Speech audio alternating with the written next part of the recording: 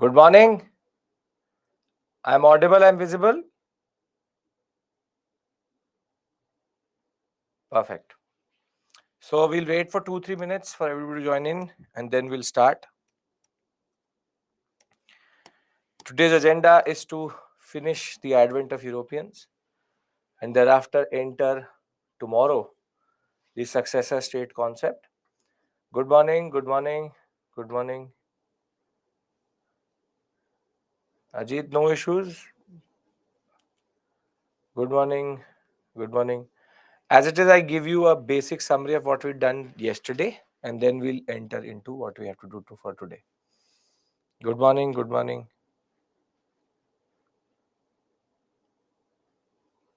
Don't worry about that, Ajit. Don't worry about it.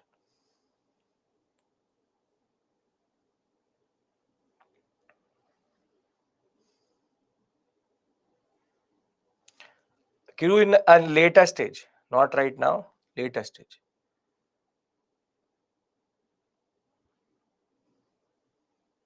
Mithun, don't worry. I'll give you answer writing questions. I'll tell you what to do with regards to that. That is my prerogative. Don't worry. Answer writing, I'll tell you. I'll discuss the whole timeline again. Don't worry about that.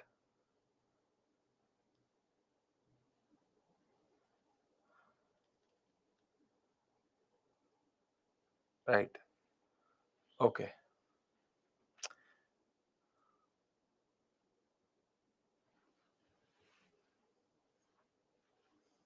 Gyana, the quality of spices in India was actually quite good. Ajit, the SME is going to reply to your question. Don't worry about that. Constantinople is a very old Roman and Greek city. That is why it's very important in the larger context. Of no importance to you here.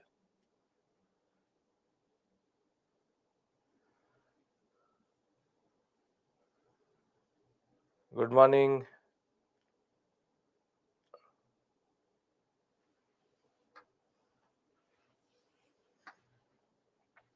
I'll talk about revision strategy, everything. First, let's cover a certain portion, then I'll tell you what to do with it.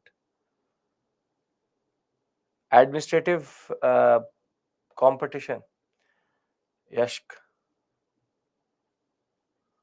I'll do that, Lakshmi, don't worry. That is what we start with. No problem, Yasin. Anybody who was not there yesterday, what you've missed is something you can, as it is, watch again, but nothing.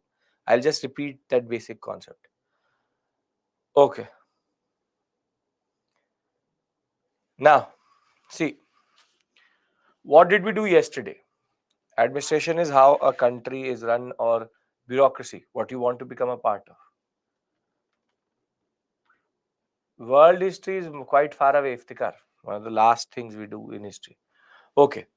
Mains oriented. Right. So yesterday we discussed 2-3 standard things. Shri, I will tell you the chapters which you should be reading out of the NCERTs, but at a later stage. Right now, concentrate and understand the basic concept. For example, Advent of Europeans is not there in the NCERT. So this is something you have to rely on the PPT itself. Right? Okay. So when we talk about what we did yesterday, we discussed the concept of Mughal decline. And when we discussed the Mughal decline concept, we were able to map the different concepts. For example, how the economic crisis in turn led to the concept of agrarian crisis. That in turn led to the concept of administrative crisis, which is called Jagirdari crisis. And over and above that, we were also able to understand how it will add to the fact that invaders are going to come and the fact that religious policy of Aurangzeb did not help generally. But the most important takeaway from that section was the concept of weak successors. The fact that these people, the rulers who later or succeeded Aurangzeb, were not as powerful or not even as popular as any other ruler. And they will be a very important reason for different concepts vis-a-vis how the British were able to make inroads. And that is what we are going to discuss today. This was the first thing we discussed. Other than that, what we discussed was this basic timeline, and I'm going to repeat it to you generally in that regard. So how did we create a basic timeline? This is how we revise also. The Now this is the revision of yesterday's class for anybody who is not wasn't there for any other reason. See, we started with 1488, we reached 1498, then we reached 1500, then 1501, 1503, 1505, 1507, 1509, and thereafter we added the Goa sector 1510, 1511, 1513, and last was 1515. And very simply, each of these dates has a certain relevance for your preparation. Generally, I will tell you that though you don't have to learn this basic timeline, you just need to know the sequence of events. But the timeline based concept helps in revision quite well. And see, as it is easy to remember because the difference between each one of them is 2. This is 1, 2, 2, 2, 2, 1, 1, 2, 1, 2. So you can see basically that if you remember the code itself, that 1501, 3, 5, 7, 9, 10, 11, 13, 15, then you can remember it. Then you can generally remember it in that regard. So let's fill in the details, and this is what we did yesterday. Generally, the 1488 period is known for Diaz when Diaz will reach the Cape of Good Hope. Thereafter, Vasco da Gama is going to reach Calicut, and the Zamorians will meet him. Thereafter, you have Pedro Cabral, and he will reach again Calicut, but conflict with locals and Zamorians. Thereafter, we saw 1501, the period in which you have Vasco da Gama Khan. Again, you can always say it with me. Wherever you're sitting, it will help you revise. You will have Vasco da Gama comes back and not met with friendly Zamorians. This is the first factory, Cochin, first factory. Thereafter, Cannanore. Thereafter, this is called the Battle of Chaul. This is the Battle of Dew. This is Goa. 1511 is the Straits of Malacca. Then 1513 is Calicut. And last taken is the Hormuz Strait. How is it? Hormuz Strait. In the Battle of Chaul, Francisco Almeida loses son, wins over the alliance. And the alliance here was basically Portuguese versus Egypt and Gujarat. So I think we all remember this basic timeline from yesterday.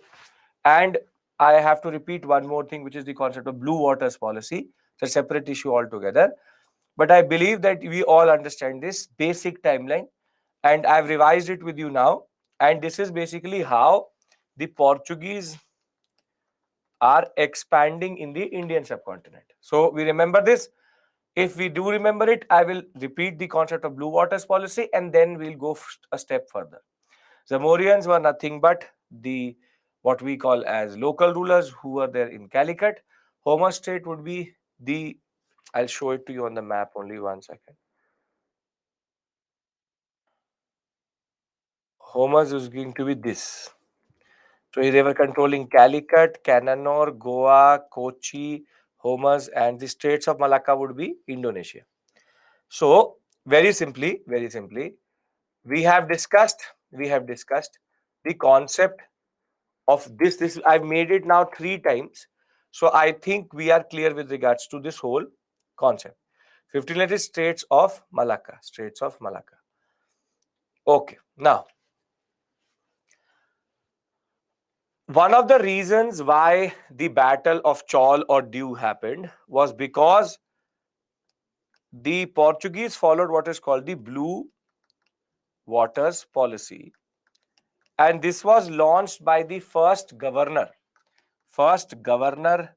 of the Portuguese in India. His name Francisco de Almeida. And Francisco de Almeida, very simply, wanted to, and the concept was domination of the Arabian Sea along with Indian Ocean world via what is called the Carthage system. What do you mean by Carthage system? That Carthage system basically was like a license or pass which you need to have, or permission letter which you need to have from the Portuguese.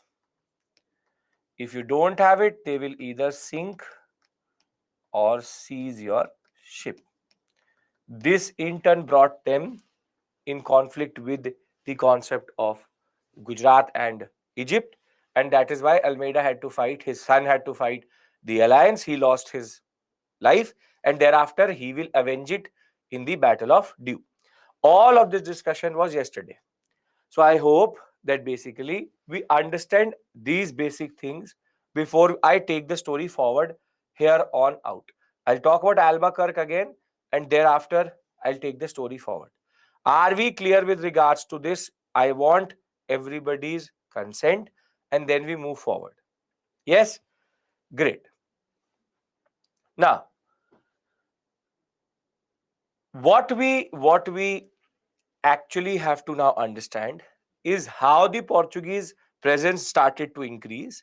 But more than that, what is the role of 2, 3 important governors?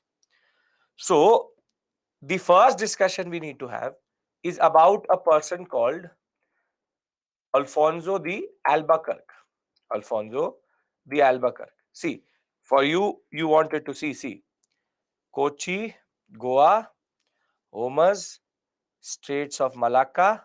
This is how they technically were creating small nodes which were there. Small nodes which were there. Now, the Almeida discussion has already been done, being the first governor, and the Battle of Chaul and Dew.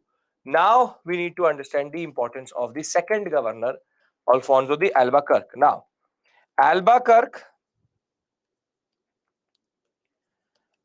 is known for two basic things, which is he is the one who got in 1510 Goa from the Bijapur rulers. These are again local Islamic rulers in this sector. And the second most important concept was to negotiate a treaty with one of the greatest Vijayanagara rulers, Krishna Deva Raya. He had a good understanding with Krishna Deva Raya, and very simply, he was the one who was able to say that we will be the ones who will supply horses to the Vijayanagara state. Vijayanagara state. And more than that, he also appointed a personality called Frere Lewis to his court. So basically, there's a good relationship between the main power called Vijayanagara and the Portuguese who are only there in the Goan sector. But Alfonso de Albuquerque is also that personality who is considered the real consolidator. He is the real consolidator because he is the one who rapidly expands the position of the Portuguese in the whole Indian Ocean world. Whilst it was only Kochi or, for example, Cananore, maximum they were having Goa. He is the one who went beyond the Indian subcontinent and took Homer Strait, who took Calicut again, took the Straits of Malacca, and very simply, he is considered one of the most powerful governors in that regard. And even when it comes to the Goan sector, he started to also intervene into local matters, in the sense that he is known for abolishing sati in the Goan areas.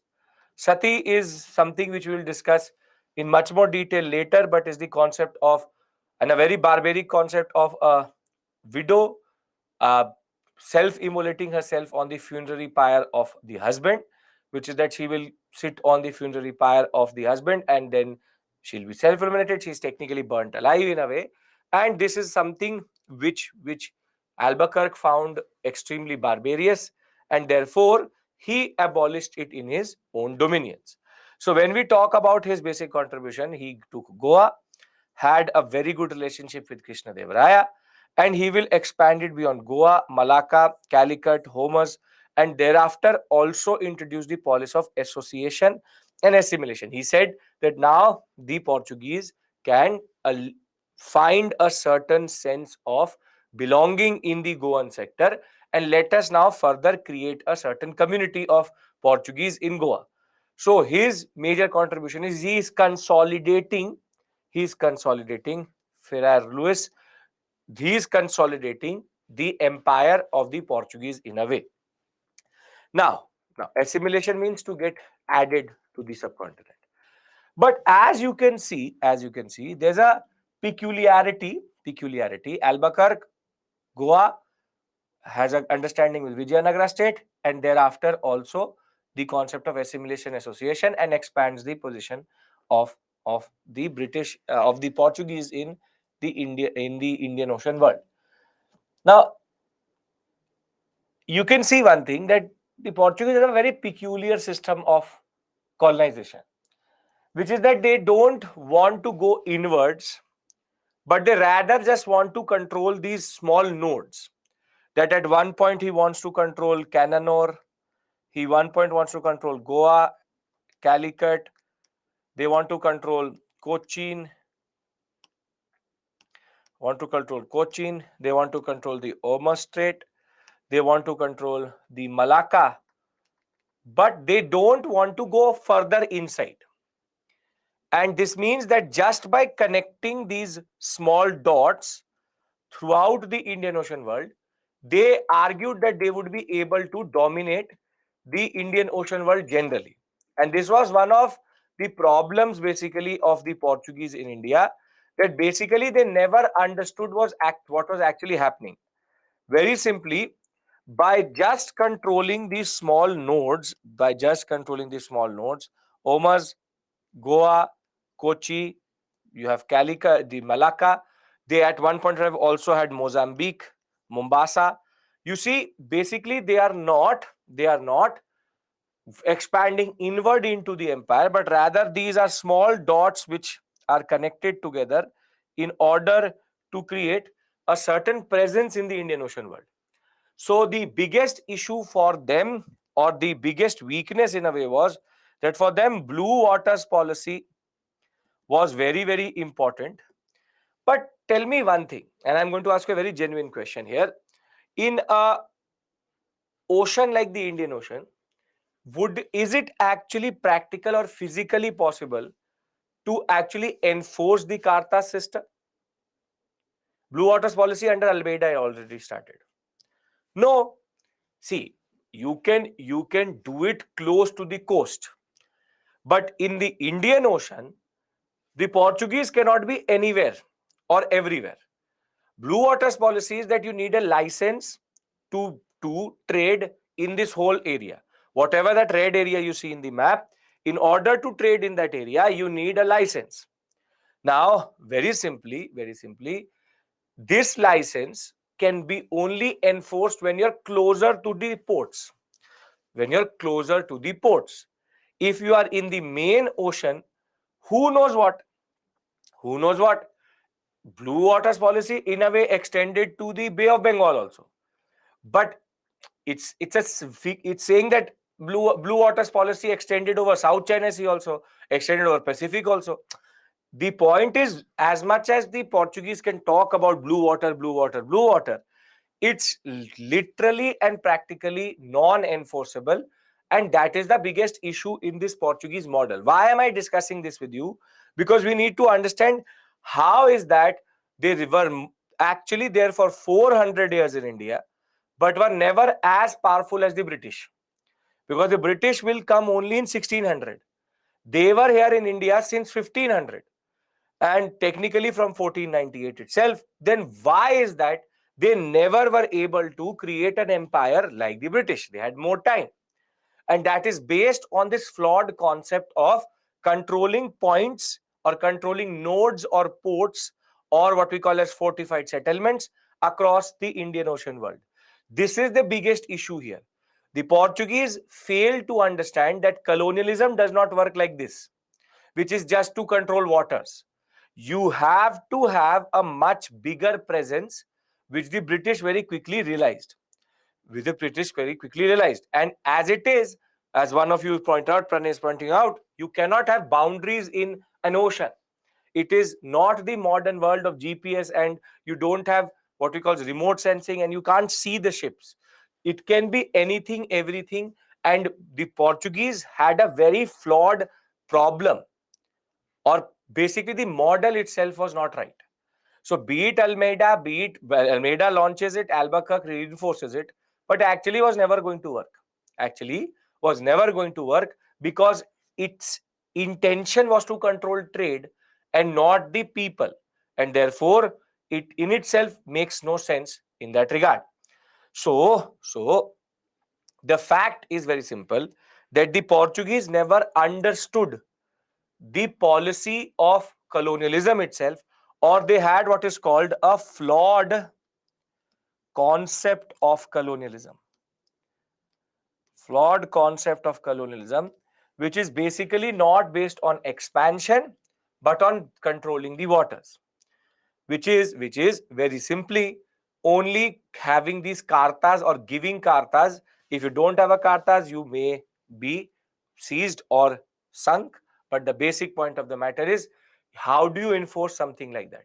For that, you yourself need at least 110 or close to 2000 ships in this area. That much manpower the Portuguese never had only.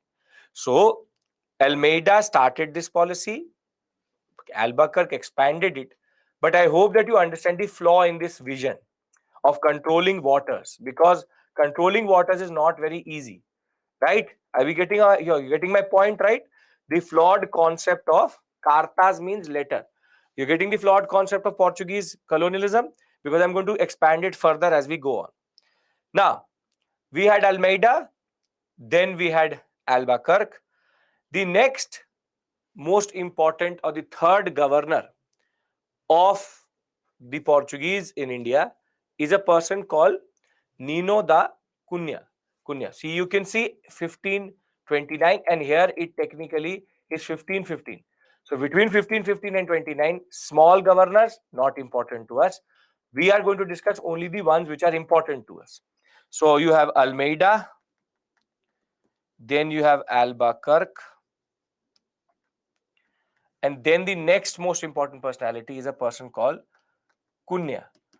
Now, see, years of these governors are not important. Just remember their sequence. That's it. Okay. Almeida, Albuquerque, Cunha. Almeida, Blue Waters Policy. Albuquerque, Goa, and Krishnadevaraya.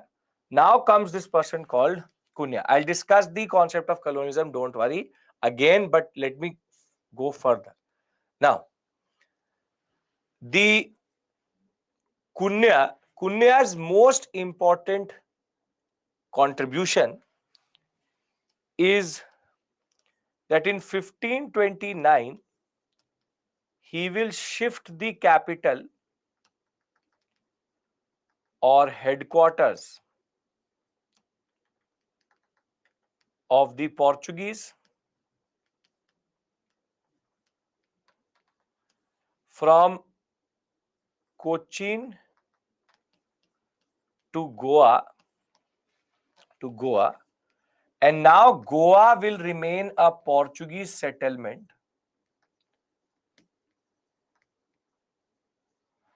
from 1510, becomes a capital in 1529 till 1961.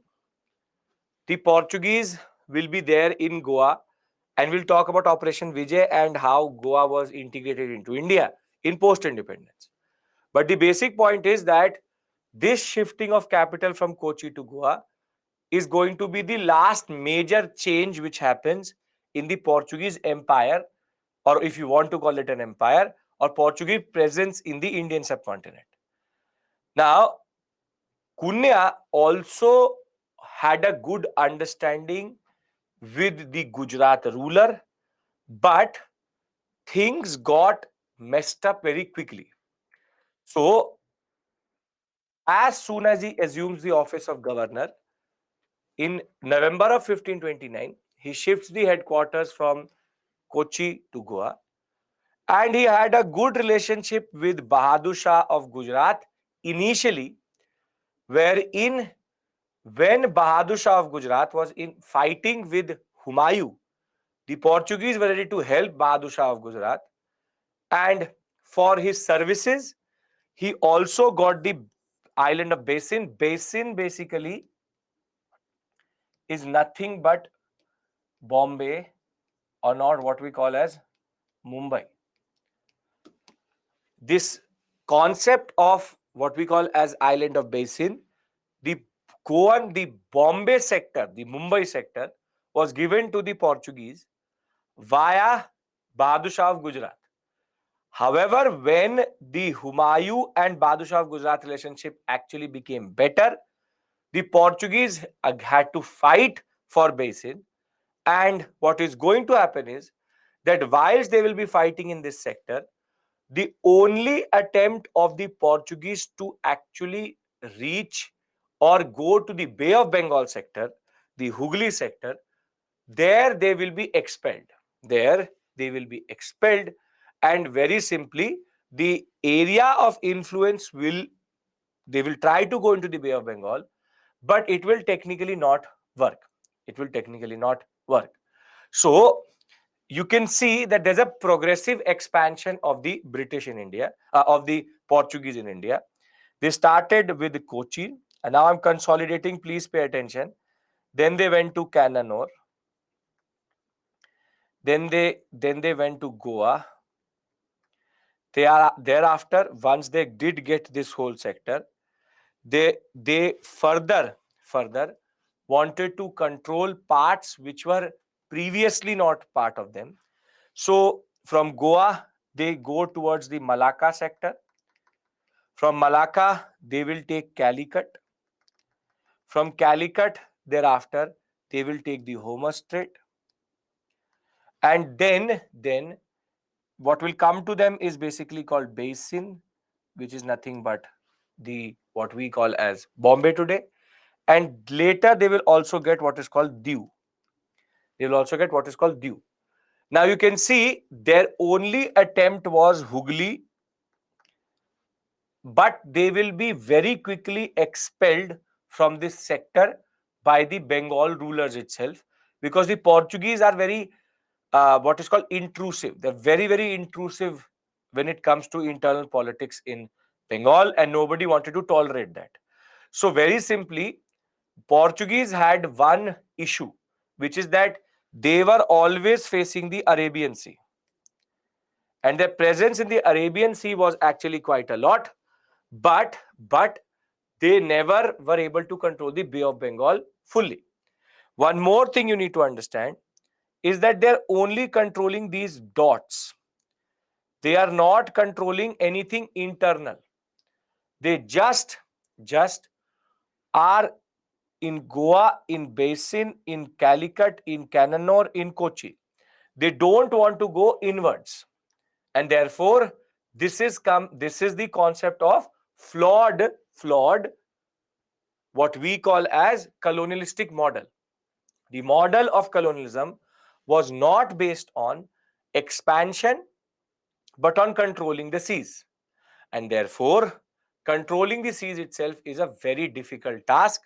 And the myopic vision, if you want to call it, or the flawed concept of colonialism itself was based on this node by node, simple point by point control. So they very quickly lost this sector. They very quickly lost this sector. Are you getting my point? At time, Hormuz was not part of India, not part of India. Hormuz and Malacca not part of India. Are we clear with regards to this? This all the discussion we've had yesterday only. I've repeated now 2 times. Very simply, they are expanding. They are expanding in a certain way, but their expansion is not based on proper colonialism.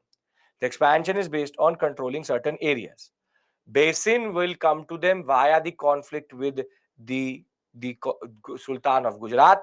When Sultan of Gujarat wanted help from the Portuguese to defeat Humayun, they got Basin.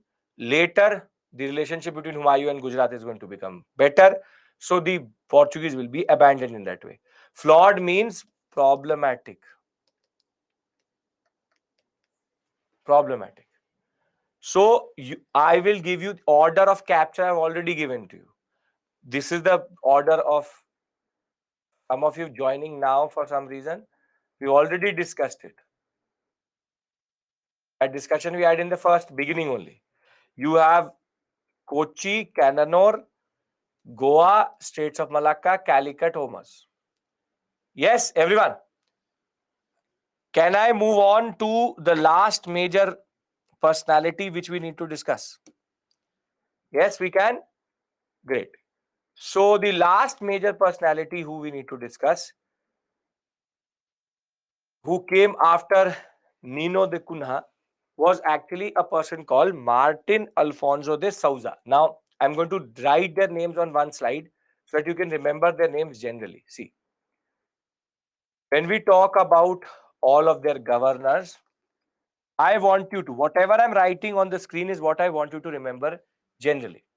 This is no unnecessary information, only that much information which is needed for the examination and your understanding in that regard. So, very simply, you have first is Almeida, second is Albuquerque, then you have Cunha, and then you have Souza. Can you remember these 4 names out of this discussion? Come on. You can remember just these 4 discussion. And here you remember for him Blue Waters Policy, Battle of Chaul and Dew. For Albuquerque, Goa, and rather not just Goa, but Goa, Hormuz, Malacca, Calicut, and understanding with Krishna Deva Raya, Cunha, shifting of capital from Cochin to Goa, Basin, and Hooghly. You can now remember the subsidiary information written next to it. Second time we are discussing it. So that very simply, I am trying to consolidate everything. It's scattered. I'm trying to consolidate everything. If you can remember this much information, you can answer any question with regards to this area. Now what is Souza known for? See, the only accomplishment of Souza was not his own, but to actually allow what is the concept of promotion of Christianity. He allowed or he wanted to promote conversions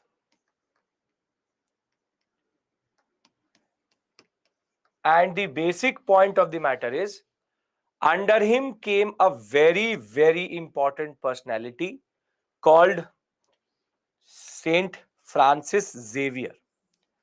Now, why is Saint Francis Xavier so important? Is important because Xavier is basically a Jesuit. Who is a Jesuit? Jesuit basically is a missionary of Christianity, specifically Catholic, and he has only one mission, which is to spread Christianity in India. Christianity in India. Jesuit means the person who spreads the message of Jesus. So Jesuit. Now, very simply, he is the one who is considered the father of Catholics in India.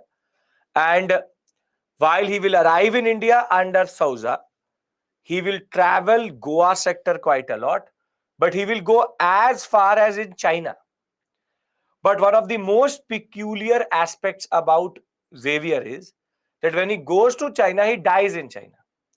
However, his basic wish was that he should be buried in Goa.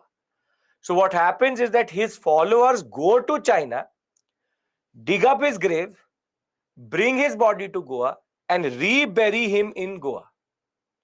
So, this is one of the most interesting things about Xavier, that though he reached Goa, traveled to China, died in China, had a grave there, his followers said that his wish was to be buried in Goa. So they will go, dig him up, bring to India, then go to Goa, rebury him. And there's a church called the Bon Jesus Bisikla at Goa, which is actually named after Xavier. After Xavier. Now, let's consolidate and then move on to the Dutch in that way.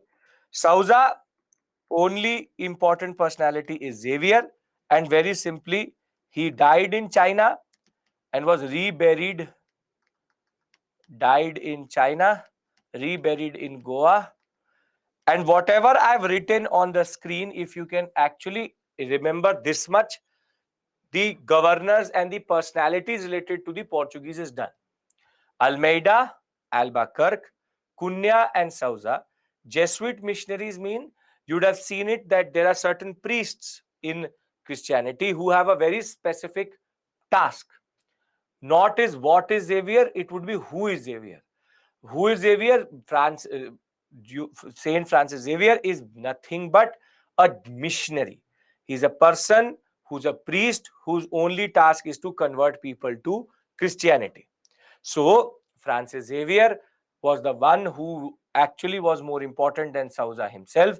But Souza very actively pushed for Christianity to be spread in India. So, whatever is written on the screen, can we remember it for the examination?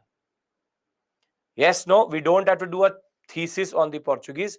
We just have to understand the basic points here. Yes? Okay.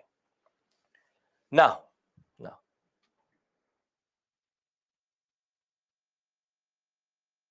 what was the concept of, see, Lakshmi and a lot of you I already asked me this question. When will we do previous year questions? You've not covered one module and you want to do previous year question. The problem of history questions is I have to cover a certain amount of material to then do previous year, because previous year questions are cross-cutting modules.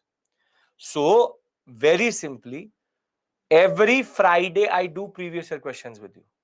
Other than that, understand. As it is, what will you do by solving previous year questions? Because questions don't repeat. I will tell you what is the point. So don't worry about that. Because I've seen 2-3 comments with regards to this. Previous year questions I will do every Friday with you. Have a proper set of 10-15 questions. But for that, you need to understand a certain amount of concepts. So you need to do that. Now, The Portuguese, now we are just consolidating the Portuguese area, were the first to issue cartas, which is nothing but blue waters policy. Further, their fortified outposts served as custom stations where Asian merchants were to acquire cartes, letters of protection which saved them from being attacked or ransacked by the Portuguese in the high seas. This is nothing but blue waters policy. And what they also used to do was they used to use what are called estates attached to the factories to facilitate and consolidate trade. Basically, their basic settlement used to look like this, that they used to have a port, they used to have one factory, and then they used to have a small estate. In this estate, they would do very limited agriculture, but one of the most important contributions of the Portuguese in India is actually a lot of different vegetables and fruits which you eat. Now, before I go into the impact, we've understood first the Portuguese coming. We've understood the timeline of their coming to India. I will make it again before I move to the Dutch. And we've understood the four important governors and one important personality, Xavier. Are we clear with regards to all of these things? Then I talk about this and then we finish the Portuguese. They don't deserve more time than this. Okay, perfect. Now, the Portuguese, as I said, brought with them, Fiotoras means estates. That's the Portuguese word for estates. Brought with them a lot of different crops. For example, potato, corn, pineapple, tomato, sweet potato, ladyfinger, tobacco, chili, papaya, sapota, lychee, orange, almond, groundnut, and certain type of black pepper and cashew. Whatever I've ticked are all the different crops introduced in India by the Portuguese. Now realize or understand, India is the land of potato, aloo. We consume potato at a rate no one else does. And basically till 1505 or 6, there was no potato in India. This black pepper you see is called the Latin America variant. So very simply, from ladyfinger to potato to tobacco to papaya to basically pineapple, everything we eat tomato and potato like anything. We eat bhindi, which is ladyfinger. We consume what is called papaya, orange, almonds, groundnuts, even cashews, kaju. Everything is actually something which was introduced by the Portuguese. These crops and their seeds were not known in India. And this also shows that our peasants were very quick in absorbing all of this. All of this, they were very quick to adopt it also. So, before the Portuguese, none of these crops existed. Imagine if the Portuguese never came to India, what would our diet look like in India today? Imagine that if the Portuguese never came to India, then basically we would be a country with no potato itself. It would have come from a different root itself. But imagine, and this is a very interesting aspect with regards to how our diet changes with interaction with the Portuguese. They are also the ones who actually did shipbuilding in India, and you would know that Indian Navy, most of the ships, the best ships in India are made in Cochin, and the Cochin shipbuilding industry is considered one of the best in the world, and that is because that was actually established by the Portuguese. The first printing press also came in India with the Portuguese, because they wanted to print the Bible in Kannada and Malayalam, the vernacular languages. And the Portuguese taught one thing to everybody, which is that navy is important when it comes to sea trade. Now, I'll talk about decline separately. What I want to do. See, I have in each of these slides something like this also. I give you timelines by hand, but there are timelines like this also given in the PPT, which is what happened in 1498, 1503, 1505, 1509, 1510, 29, 35, 39, and even 1559. I give you this also. That is not the point. The simple point of the matter is the Estado, what is called the state, the Portuguese in India. You can see very clearly, they never went inside. It's always about dotting the coastline. It was always about dotting the coastline from Goa to Calicut to Mangalore to Kochi to the basin area to Bombay to Diu to Surat. Technically, they never captured Surat in that regard. Thereafter, in Hooghly, they never were interested in going inside India. Now, let me summarize the Portuguese. And then we move to the next major country. Is the Portuguese making sense? When did they come? Why did they come? What was the basic presence? What is their basic impact? All descriptive, but we have to understand something much more important very soon, which is the Dutch and the English, because Portuguese somehow turned out to be the most useless power in the Indian subcontinent. They never had the power to even do anything. So, Portuguese, revise with me. Come on. Came in which year? Come on. Came in which year? To India? 1498? Great. So 1498 is the year of coming to India. Very good. First factory, which place? Very good. First factory, Cochin, 1503. Then, what was the policy which they follow throughout their existence here? Very good. Blue waters policy. Very good. Perfect. Blue waters policy. Blue waters policy is based on what?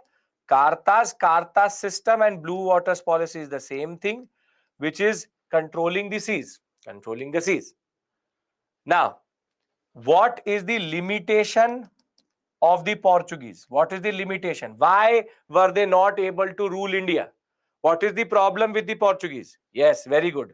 Only control ports and forts, not go inside. The flawed colonialism concept is they never wanted to expand inward.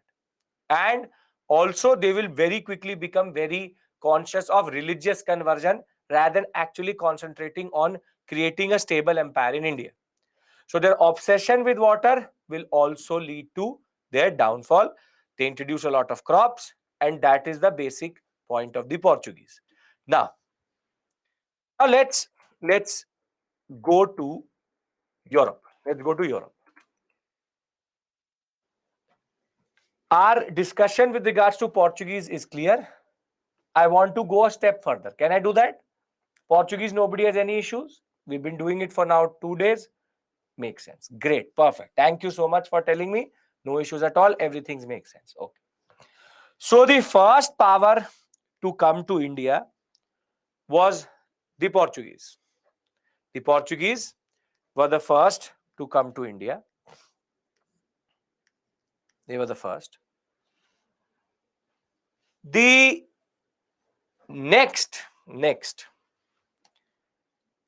are people who come from this country called Netherlands, but we also call them Dutch. They're called the Dutch.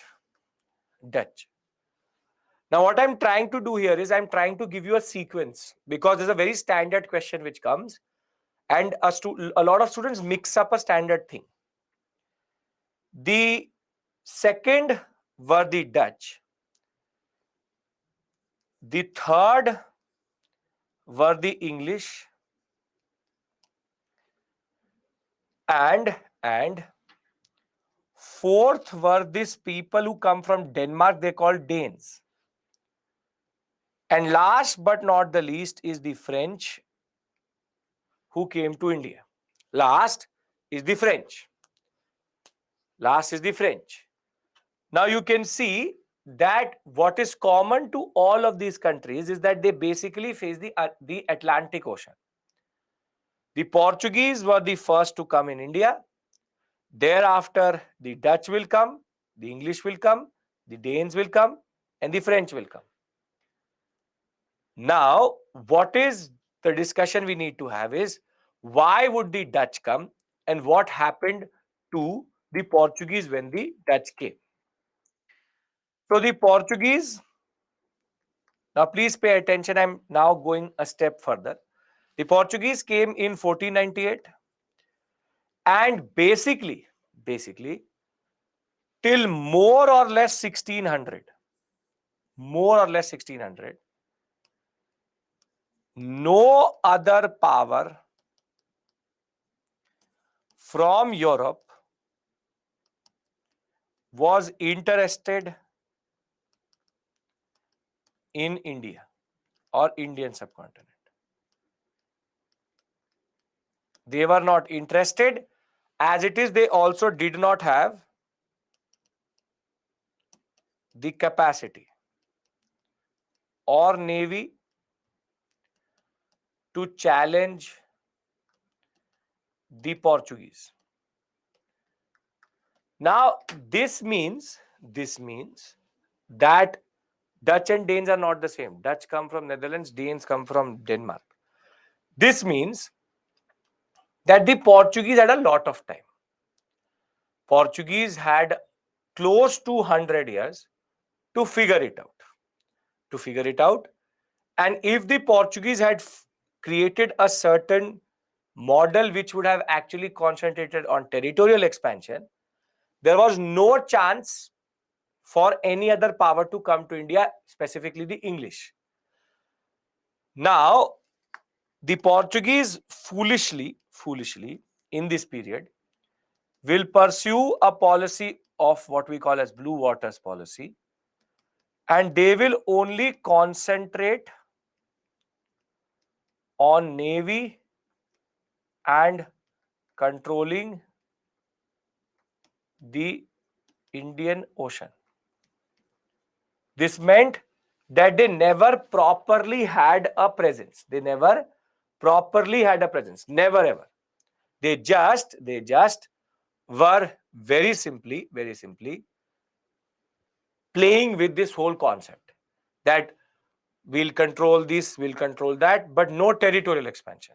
So the problem for their presence is the model is not of territorial expansion, but is about controlling ports. This means that once the Dutch will enter, they will in a way have a clean slate. Because if the Portuguese had actually taken interest, they would have controlled areas, but they didn't. So when the Dutch come in 17th century, they have a clean slate. Why? Because these Portuguese are just dotting the Indian Ocean and they have no real control. Now the Dutch, why did they get interested in the Indian subcontinent? The Dutch were interested in the China and India overseas trade. So their interest is again commercial. It's a commercial concept. But unlike the Portuguese, where they just randomly sent travelers or they randomly sent governors, Dutch created a specific type of company, a governmental company called the Dutch East India Company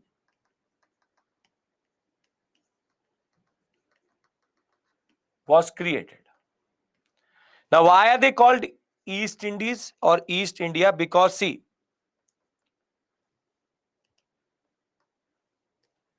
was created. They're called East Indies because there's already something called West Indies. West Indies is somewhere here in the Atlantic. So anything east of the Cape of Good Hope was actually called East Indies. And that is why their companies are called East India Company.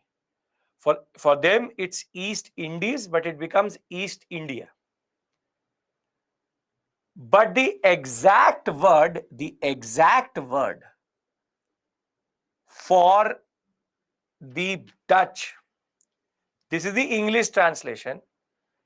If you actually go for the Dutch spelling, the word VOC is used for the Dutch East India Company. Why VOC? Because if you actually see their original spelling, their Dutch spelling, the translation of East India Company starts with V, O, and C. The SME will push you that what we call VOC full form, and you will automatically realize why do we call them VOC? We call it East India Company, but obviously that is in English language. In Dutch language, the VOC full form is actually East India Company. So why am I saying this? Because in the paper, in the examination, anytime you see VOC, it technically means the Dutch. It means the Dutch. So the Dutch were the second to come to India, and the first Dutchman to actually reach this whole sector was a person called Cornelius de Houtman, who actually did not come to India, but went to Sumatra and Bantam, which is nothing but the Indonesian sector, in 1596. But they will establish, after realizing that it's a very lucrative trade, in 1602, the East Indies or the East India Company of Netherlands. The translation of this is VOC in Dutch. The SB just push the VOC full form. It's a Dutch word. You will obviously not learn it, but we write EIC. EIC in Dutch is VOC. EIC in Dutch is VOC. Obviously, you will not learn the Dutch spelling of it, but whenever you see VOC, it means basically the Dutch in India. VOC is a short form for East India Company in Dutch. Are you getting my point? How does it come to VOC? When I will expand this each word, it will be a Dutch word for East India Company. I don't want to clutter giving you that, but yes. VOC stands for Verinde Oostfrench Company. So this VOC, if you translate it into English, it becomes East India Company. Getting my point? Why do we call them VOC? I'll show you Java Sumatra, don't worry. Are we clear with regards to when the examination says VOC? What do we mean by that? Getting my point? Because it's a very important catch in the exam. They will never say Dutch. They will say VOC. So you should be able to understand that whenever they say VOC, it is referring to the Dutch. That is the only thing I'm trying to tell you, because the Dutch East India Company is called VOC in their own language. We call them VOC. Again, it's not difficult. If I write something in Hindi and then I convert it into or translate it to English, The first words will be different. So same way, the real name of VOC, or the real name of the Dutch East India Company, is Verinde Ostrich Company, VOC, but we use the English translation of that, which is East India Company. Is this clear? Because it's a very minor point, but a catch in the examination. But a lot of students don't catch it that it's actually Dutch. Can I move next part? Yes? Okay. This company was empowered to carry war, conclude treaty and possessions. But see, when we talk about the Dutch,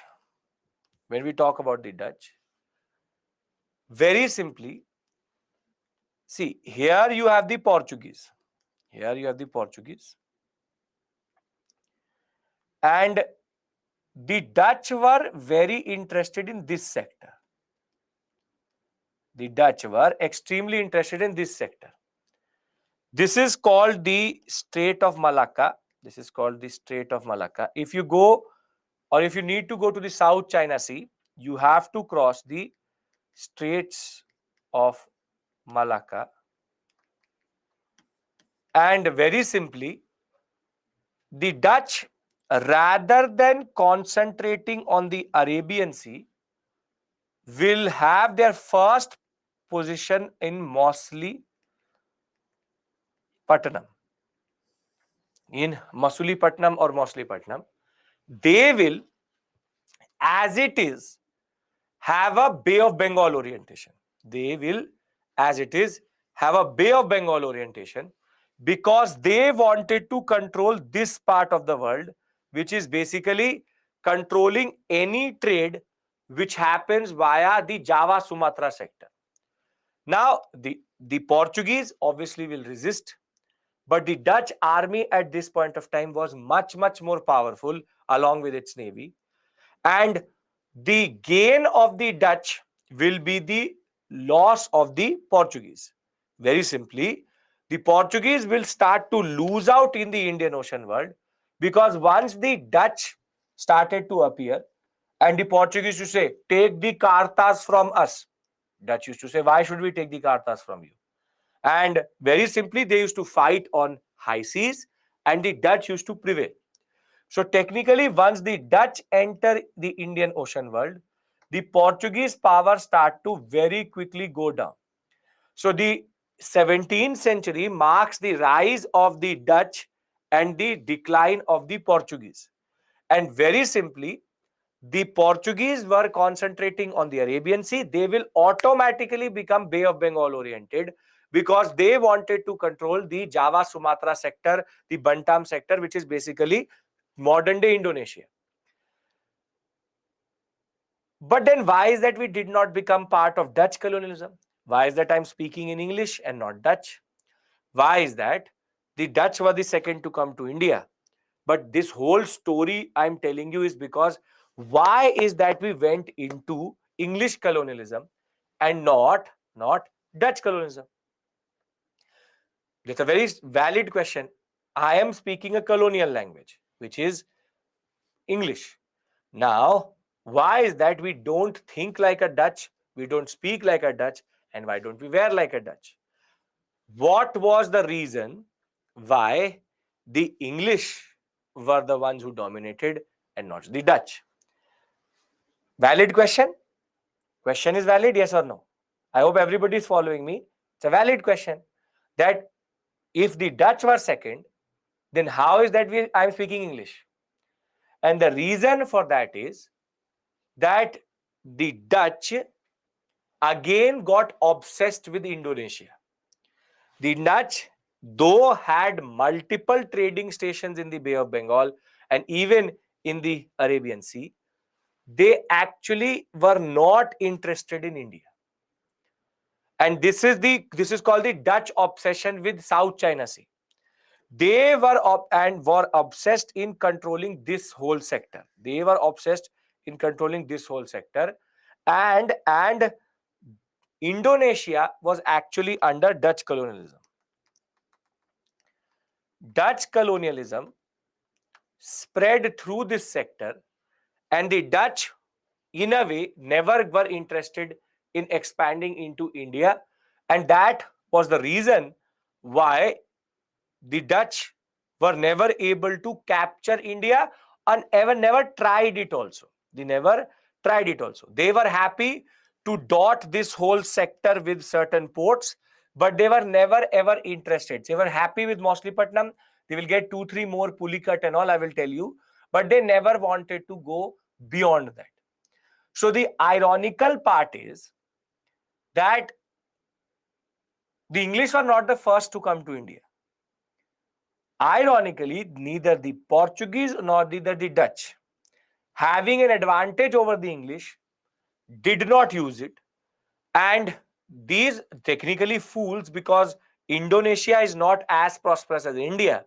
India is much, much, much more prosperous than the Indonesian sector. And we will become one of the most important colonies which the British are going to hold. These myopic colonialists never understood or did not want to understand the potentiality of controlling the Indian subcontinent. And therefore, it was their arrogance of just controlling certain points and controlling the seas that they never became like the English. Because I will show you, the English were very, very smart. And that is a story we will discuss most probably after the break, which is that how did the English expand in India? Because mostly the English used to very simply silently look at things, and whenever they got a chance they grabbed what they wanted to grab, or somehow it was us only which actually gave the English an inroad into India. That much patience neither the Dutch had. Portuguese as it is are useless. So I hope that you realize and you understand the larger discussion here. I will give you the facts related to the Dutch, but the most important discussion we needed to have is why is that the Dutch never expanded into India? And very simply, much like the Portuguese, Portuguese were obsessed with basically controlling the waters, and the Dutch were obsessed in controlling Indonesia. This point is clear. So if somebody asks you why don't you speak Dutch when they were second, the answer is Dutch were never interested in India only. Okay, perfect. So after their arrival in India, the Dutch founded their first factory in Moslepatnam in 1605. I'll give you a timeline for this. They went on to establish different trading centers across India itself. They will capture the Nagapatnam sector near Chennai from the Portuguese, and they will make it a very important stronghold in the southern sector. But this is Moslepatnam or Machilipatnam now it is called. They will concentrate here. They will get this Nagapatnam. Thereafter, the timeline is very straightforward. See, I've given it to you in this form. Dutch will establish factories on the Coromandel coast, in even Gujarat, in Uttar Pradesh, Bengal, Bihar. 1609, they will introduce their first factory in Pulikat late. So you have Pulikat. Thereafter, one second, the color is not visible.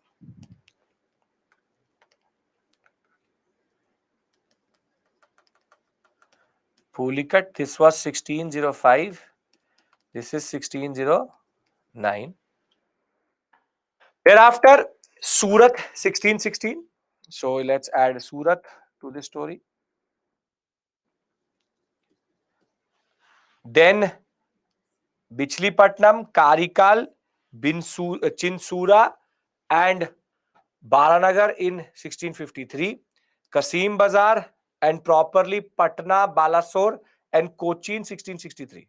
So basically, I'm obviously not going to mark all of them on the map, but between 1605 to 1653 to 1663, the fact was that they started on this side. They concentrated, for example, the Hooghly sector. They also got Cochin from time to time. The simple fact is, they again, like the Portuguese, dotted the Indian coastline. Dotted the Indian coastline, but again never went inward or never went for territorial conquest. No territorial conquest. The same pattern as the Portuguese. So I'm not asking you to learn each of them. Just remember one thing: 1605, Moslipatnam. Second, you can remember 1609, which is Pulicat. You can remember these two because for us, the Portuguese and the English are important. Just asking you to remember two out of them. Don't have to learn each and every fact. In no way, I'm not asking you, I'm not burdening you with this. Now, what did they do? They carried out indigo manufacturing in the Yamuna Valley, in central India, textile and silk from Bengal, Gujarat, Coromandel. You know indigo? What is indigo? What is indigo? Come on, tell me. What is indigo? Anybody knows what is indigo? Okay, Neil. So, Aya Naya Ujala, Char Bundo Wala. Same. That is basically Neil, indigo. And indigo was actually a plant. We'll talk about blue dyes and indigo in a lot of detail, but you know basically what it is. Then you have textiles from Bengal, Gujarat, Coromandel coast. Then you have what something called saltpeter. Saltpeter is basically a chemical which is added to gunpowder to make it more explosive. It's technically a small mixture which goes into gunpowder. Some people call it potassium nitrate, but basically it's not potassium nitrate. But the simple point of the matter is saltpeter is an addition into gunpowder to make it explosive. That is why it is used and it was created from Bihar. Then you have Afim, opium, and rice from Ganga Valley. They will conquer the Ceylon, or what we call as Sri Lanka, from the Portuguese in 1658. There was a very small port at Colombo also for the Portuguese that the Dutch will take. However, Sri Lanka will be lost by the Dutch to the French and then later to the English after what is called the Congress of Vienna after Napoleonic War. I'll discuss this concept with you very simply. Napoleon was a French general who became the emperor, and then he started to fight in Europe. That is called the Napoleonic Wars. And very simply, when the Napoleonic Wars ended with Napoleon getting defeated, the simple point was the Dutch had been defeated by the French. So the French will first get Sri Lanka and then it will be lost to the British. And see, these are the coins which used to bear that VOC. We find it all across India. And that is why we know that the Dutch were quite regular and very, very interested in what is called internal trade. They loved the trade, but they never wanted to expand generally into India. They were more obsessed with the Indonesian sector, in the Indonesian sector. Now, we've done two countries. Portuguese and the Dutch. The reason for the downfall of the Portuguese is the reason for the Dutch to come into Indian subcontinent. Now, before I go to the English and discuss about the English, are we clear with regards to why these two powers never expanded in India and what was their basic model of colonialism? Dutch, very simply, came to India, Machilipatnam or Masulipatam first place. Thereafter, they expanded into the Indonesian sector. They were not interested in controlling the Indian Ocean world, or rather the Bay of Bengal or the Arabian Sea. They wanted to rather control the small strait of Malacca, via which all trade used to happen with China. They were interested in Chinese trade. Both of them were in conflict with each other. Portuguese and the Dutch were in conflict with each other. And one of the reasons for the decline of the Portuguese is the Dutch, and you can see it, it's written here also, that the reason for the decline was the Dutch. As it is, there were problems with regards to the administration, because administering such a big area was not possible. So the most important reason for the Portuguese to decline were the Dutch. Dutch will break the back of the Portuguese, and thereafter they will also not conquer India. So my discussion as of right now is basically on what are they two doing and why are they not conquering India. Whatever information I've given you about the Dutch is more or less enough. The longest and the most important discussion we have is basically the English. And for that, I need to introduce to you a concept. Dutch mind map, there's nothing. Dutch, Indonesia, and simply not interested in India, Mausolepatnam. 4 facts you can remember, everybody. Come on. All filler moving towards the English. I need your feedback here. Lot of facts, trying to cut clear of that and telling you why is that the Dutch did not expand in India. Yes? Okay. Now, before I go to the English, I need to discuss a concept with you, and we'll talk about the English after the break. Now please pay attention and listen to me. When it comes to profit, when it comes to any form of proactive marketing, which company, a private company or a government company, is going to be more aggressive?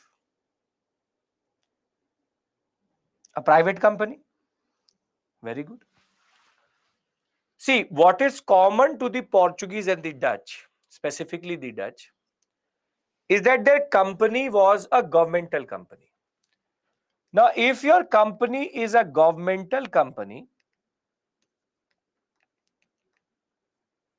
then who pays the initial capital for the creation of this? The government. Very good. The government pays for establishment. Very good. Second, the orientation of a governmental company is never profit maximization,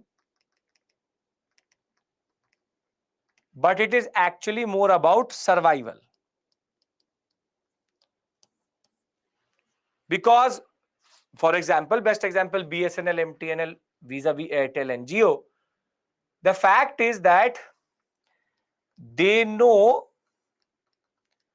even if they do not generate a profit, they will survive, as government will infuse more money. Am I right? A governmental company somehow is not aggressive but more stable. Can we agree to this? Can we agree to this? Yes? Very good. So this is the nature of the Dutch and the Portuguese. Dutch and the Portuguese. Now, when it comes to the English crown was very clear. The English monarchy said, we don't care. We have no intention in creating this type of a company. We are not going to give up any form of capital. We will not give money for anything, be it whatever. Yes, India trade is very, very lucrative. Well, I don't care. They were like, we don't care. So the English, who were represented by the East India Company, formed in on 31st December 1600. Previously, it was called Merchant Adventurers, later renamed as East India Company. This East India Company had no governmental funding. Zero, nothing. Rather, the East India Company, before it will come to India, was called a joint stock company. Now, this is the concept I need to discuss with you. What is a joint stock company? And then we take a break. Now, let's imagine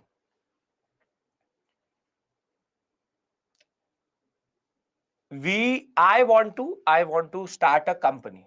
I want to start a company, and the initial cost of that company is, for example, I need 10 lakh rupees. Well, I don't have the money. So what I do is that I ask each one of you that why don't you invest in my company? Give me thousand rupees, and I will give you a share in my company, which you want, you can later sell. But initial capital will be raised via people coming together. So this is called a joint stock company, in which the private individuals contribute the money together to create an entity. Now, technically, they are called shareholders or stockholders. The East India Company initial capital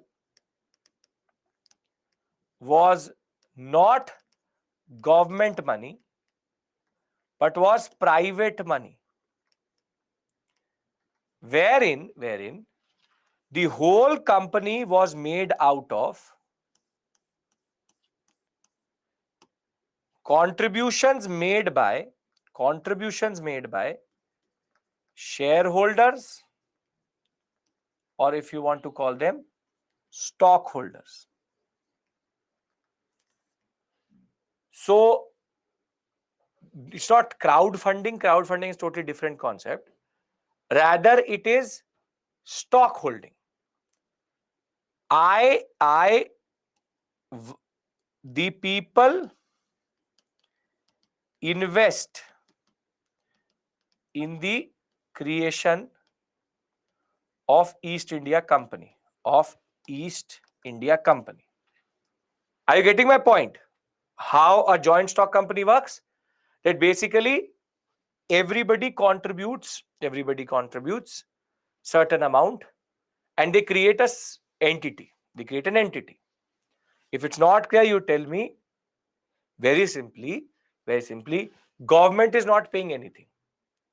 So rather, multiple people come together, merchants come together to form a company by contributing bit by bit. Nobody has the money to create a big company, so they actually give small contributions.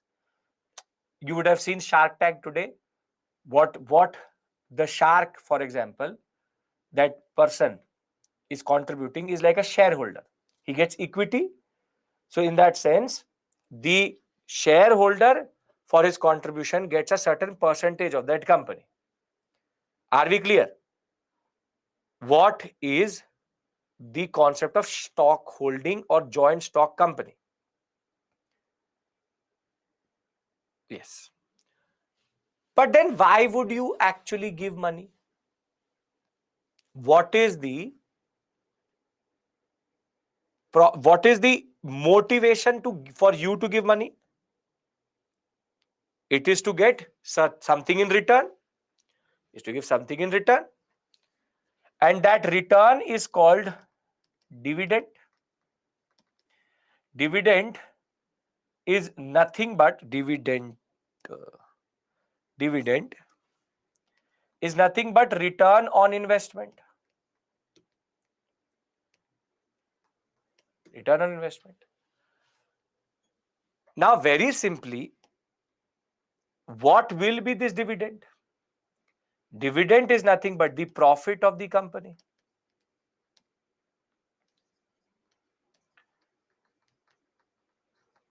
Now, if I have 100 shareholders and I have profit of 10,000, for example, not, I'll say I have income of, or not income, but we have revenue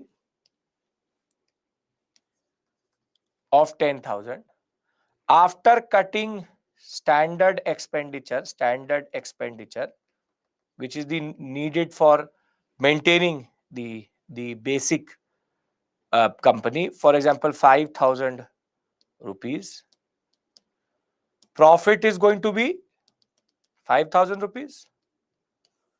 So this 5,000 will be distributed to whom? Will be distributed to whom? It will go to the shareholders. So everybody is going to get 50 rupees. This becomes your dividend. Dividend. Now tell me one thing. If I don't generate a profit, will the shareholder be happy? No. Therefore, a private company will always be under pressure to generate profit. And if it will always be under pressure to generate profit, it will be more aggressive. It will be more aggressive because it will always look for avenues to generate profit.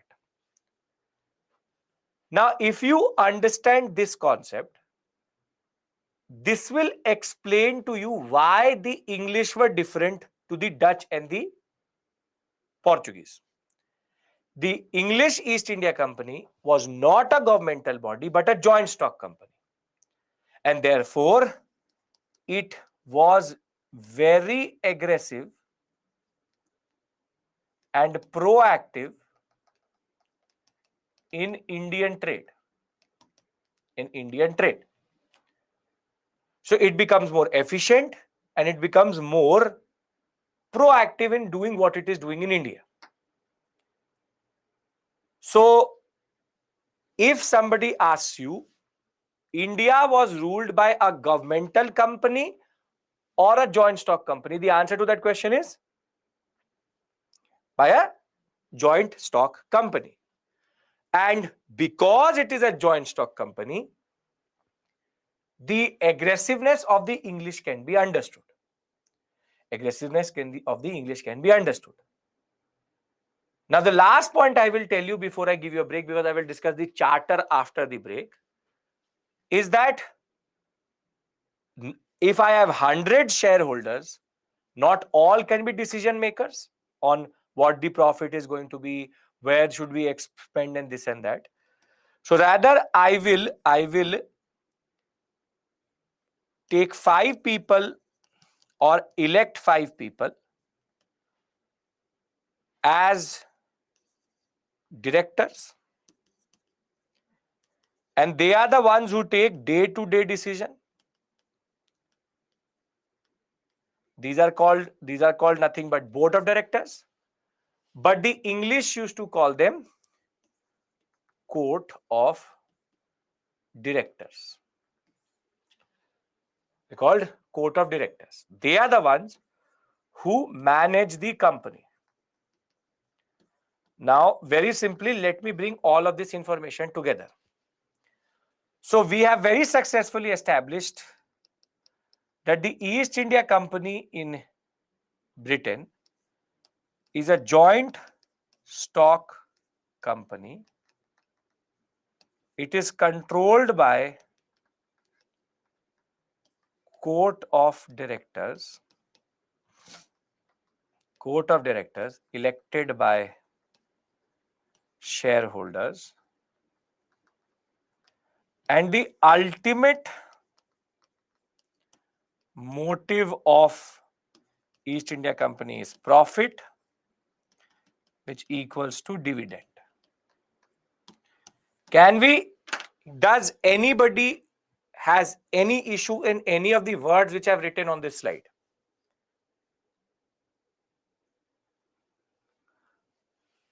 No? If not, then I'll give you a break. No issues? Every word which is written on this slide makes sense and you're able to understand this difference. Difference between East India Company of Dutch and English. They can't be the same. They're called East India companies, but one is the English, one is the Dutch, one is governmental, other is private. So, very simply, East India Company was set up in Britain. It's set up in Britain only.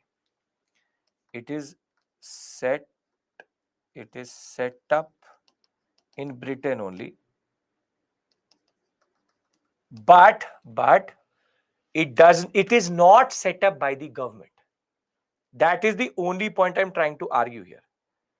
It is set up in Britain. VOC is the full form of the Dutch East Indies Company in Dutch. That's it. Yes, Portuguese and Dutch are governmental companies. Technically, Portuguese did not have a company only, but the Dutch had a governmental company. Clear, everyone? Come on. Clear? Then I give you a break for 10 minutes. 10 to 12 minutes as per need. Okay. Clear? Great. So it is what? 7:32. We come back at 7:45. Because you have been very cooperative, 3 minutes more. Thank you. See you at 7:45.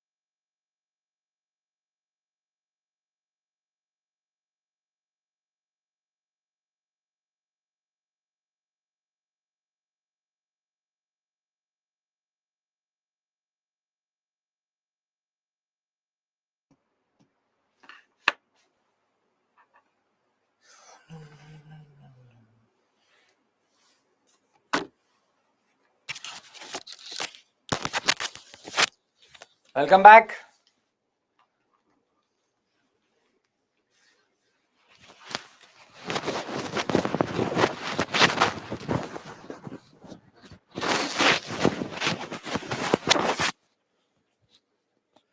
Arnab, not black pepper of what sort we use, their own Latin American variety.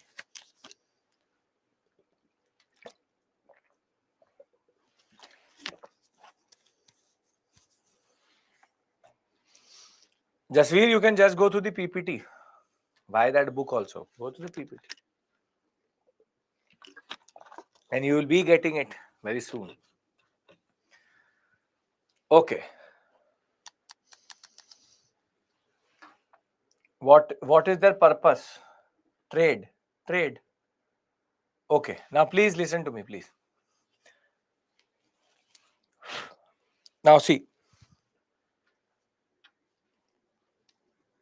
the Portuguese are already in India. The Dutch have also reached. All are for trade. All are for the lucrative, rather controlling the flow of commodities to Europe. Now you said what is the purpose of East India Company, or why would there be a private company which will be formed in Britain for, I mean, what is the purpose of this company? Why would a private company be formed in Britain? And the answer is again the same. They wanted to have a share in this trade. See, India trade and generally China trade is very, very lucrative, in the sense that if you buy tea in India for 1 rupee, you can sell it for 100 rupees in England. That is the level of margin which is there. So obviously a private player will get interested. But unlike the Dutch, where there was a governmental company, in the context of Britain, the government was not ready to fund anything. So people came together and created a joint stock company to trade in India, and the basic orientation is profit and dividend generation. I hope this much we have already established, because now I need to add one more concept to it, and then the East India Company is done. Yes? Are we clear with regards to why and what is the nature? Yes? Okay. Now, once the East India Company is established, I write EICO, East India Company. This is for British. This is for British. Blue water policy was started by Almeida, yes. Taken forward by Albuquerque, but not effective. There's a time difference. See, the time period of Dutch and Britain are different, yes. Dutch East India Company is formed later, but will come first to India. On the other hand, the East India Company of the English is actually created first, but will come to India later. So the year which we saw, for the Dutch was what? Dutch East India Company was formed in 1602, and they will come to India in 1605. That way, the Dutch East India Company has been formed 2 years later, but they come to India in 5 only, whilst the English are going to come in 1608. That is why they're third to India, not first to India, second to India. Getting my point? There is a time difference in we count when they come to India, not when they are formed. Yes, okay.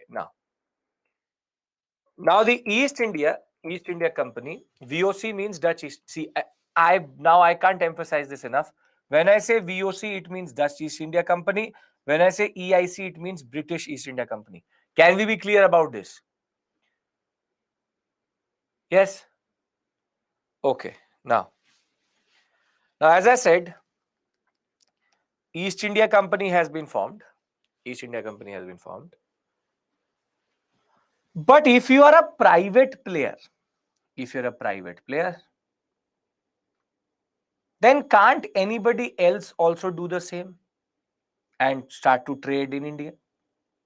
If I can create one joint stock company, I can create multiple joint stock companies. Once East India company is created, some people came together again, created another East India company. Then they created another East India company. Then they created another East India company. There can be multiple companies. When you go to the shop, when you say that you give me, please give me toothpaste, there are multiple companies. You are not bound to buy any. Multiple people can do it. Now, if there are multiple players, is it good for the British to have multiple players or only one player? It's good to have one player because then they are not undercutting each other. So, very simply,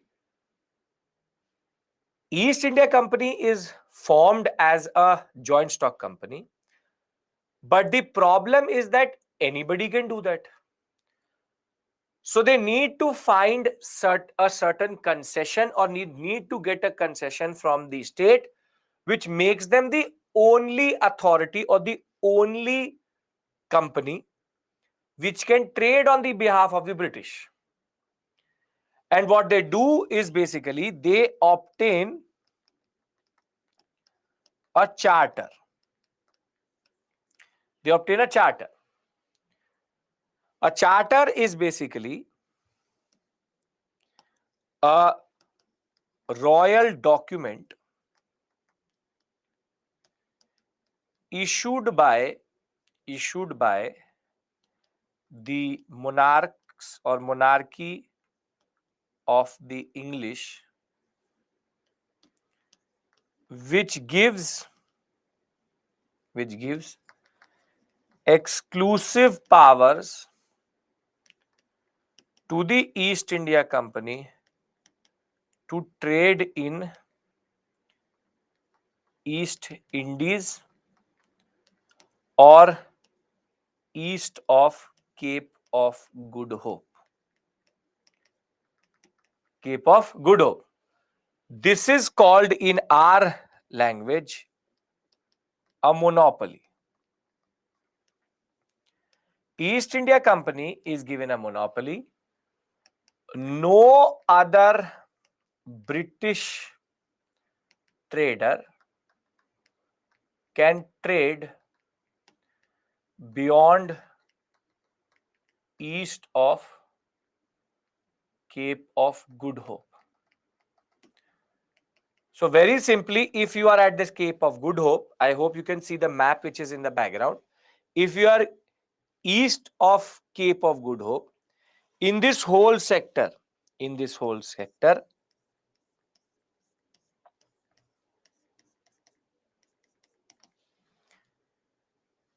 the British can only trade via the East India Company. Who gave the charter? The monarch. We'll talk about that. Who was the monarch? First understand, the king gives the charter, the queen gives the charter.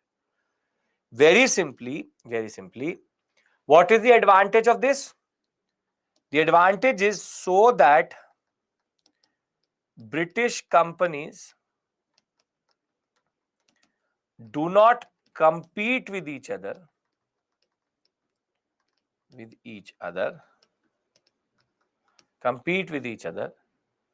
and undercut the interest.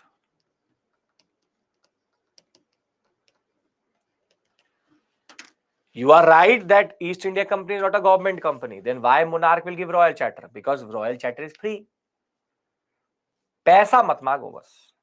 Don't ask money from the king. They said, at least give us a document. Give us a document that we are the only ones who can trade. So they were like, yes, no issues. But if you ask them for money, they will not give you money. It's a document which generally allows the East India Company to operate vis-a-vis the only company with British interest. The East India Company is not government. Yeah. How can English monopoly issue a charter without concerns? Now, tell me one thing. What about other companies? Tell me one thing. Listen. If today I give a charter to Tata that the only company which can trade in Africa is Tata, does it actually have any bearing with any other country or any other company? No. So then how do other companies come or how do other countries come? Very simply, this only pertains to British operators. This only is about British operators. The East India, English and British are the same people. The British charter will only apply to the British. So basically, East India Company has a major, it's a very unique institution. Why? Because firstly, East India Company is a joint stock company.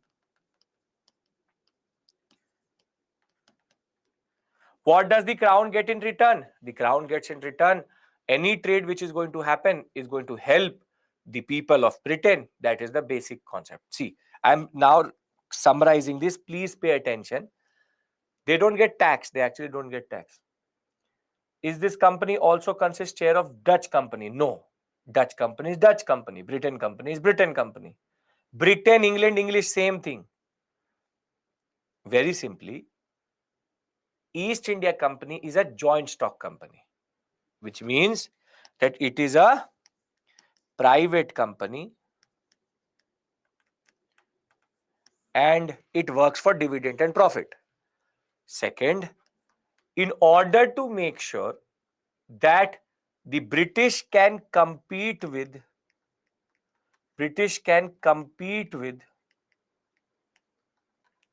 Portuguese and the Dutch, they make sure that the East India Company is given a charter which gives it monopoly over China and India trade. Because if there was competition, then it would have meant that basically British interest would have undercut. British interest would have got undercut. So no individual British trader allowed. Yes, no trader beyond this point. No trader beyond the Cape of Good Hope can operate. The ship needs to have two flags. It needs to have the flag of Britain and it needs to have the flag of East India Company. Very simply, anybody who is trading other than the East India Company outside the Cape of Good Hope area, east of Cape of Good Hope area, only the British East India Company can. It's not confusing. It's not difficult. Very simply, who was the head of the East India Company? Again, somehow 10 minutes break, we have lost everything. Who is the head of the East India Company?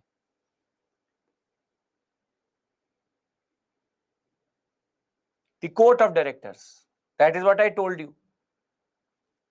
Next time I'll give you a break once I finish the topic, because now I get it. What is happening is you're asking me very standard question. What is joint stock company? See, listen to me very clearly. It's not rocket science. Very simply, Britain British monarchy does not want to push in governmental money. So they say, okay, don't give us money. At least give us a charter. They create a company, they get a charter, and that charter gives them a monopoly over any trade which happens. And please understand this. Portuguese also trade beyond Cape of Good Hope. Understand one thing. How does a British charter apply to the Portuguese? Why are you bringing in other countries? Sorry. Tell me one thing. If today issue a decree that only Tata is going to trade in Africa, does it apply to a company in Britain? No. So why are you bringing in the Dutch? Why are you bringing in the Portuguese? It does not apply to them. It is to compete with them. I said no trader in will going to. No trader beyond the Cape of Good Hope can operate. I'll write it. Okay. From the British side. Now better? Now no confusion. These three words is going to change everything. Very good. Perfect. Okay. Can I move on? Now, if they say what is a charter, can you tell them what is a charter now? East India Company represents Britain. Yes, that's the basic point. Okay. Now, see, the first English to come to India was actually a person called Thomas Stevens. He was again a Jesuit refugee and reached Goa for the first time. Then in 1590, Ralph Finch came during the reign of Akbar. No, charter is not a farman. Again, you are farman is given by a Mughal, charter is given by a British king. So then why are you mixing these two things up? See, 1579, a Jesuit comes and looks at Goa and sees the prosperity of the Portuguese. Then 1590s, Ralph Finch is again a Britisher who reaches the court of Akbar. Then in 1599, again a British trader called John Middlehall is going to reach India, but he will reach India via the land route. Now, looking via this basic experience of these traders, one thing is very, very clear that Indian trade is very, very lucrative. Indian trade is extremely lucrative. Now, this in turn will lead to a group of merchants. A trading body is going to be created, and that trading body will be called the Merchant Adventurers, but their name will be later changed. Into the Governor and the Company of Merchants of London trading in the East Indies. But this does not roll off the tongue well. It's a little bit difficult to say. So they simplify it to East India Company. And the East India Company will be formally created and given a charter on 31st December 1600 by Queen Elizabeth I. And this will give them a monopoly for 15 years. Very simply, what have I discussed with you till this point? What I've discussed with you is that simple. Portuguese in India, Dutch in India. Portuguese are trading, Dutch are trading, lucrative trade. English also want a share in this pie. And very simply, the aspect is the English saw that the Portuguese and the Dutch are actually prospering, and therefore they came to India, or they wanted to come to India. So they create the private body called Merchant Adventurers were created, later renamed as East India Company. Once it becomes a joint stock company, initial capital is there. It gets a charter from the Queen, and therefore it becomes the only sole representative of the British east of the Cape of Good Hope. Are we clear with regards to this? I want everybody's consent, because now I will go into a discussion which is extremely important for you, because a mains question can be asked from this area very easily and very simply. Yes? Okay, very good. East India Company is created by the English, yes. Now how did the British find their feet in India? Now, what I'm going to discuss with you is basically a very standard question can come and in the examination, is that how did the English find their space in India? And that was basically via a whole flurry of, or what we can say, a whole series of concessions and orders. And a order in Mughal terms is called a farman. So farman, order, same thing. So these series of concessions and farmans are seen as the stepping stone of the English in India generally. Now, the first and foremost point you need to remember is, see, the Portuguese have been there in India for close to 100 years. Now, they don't want anybody else to trade, but the Dutch very systematically took away their power in the Arabian Sea.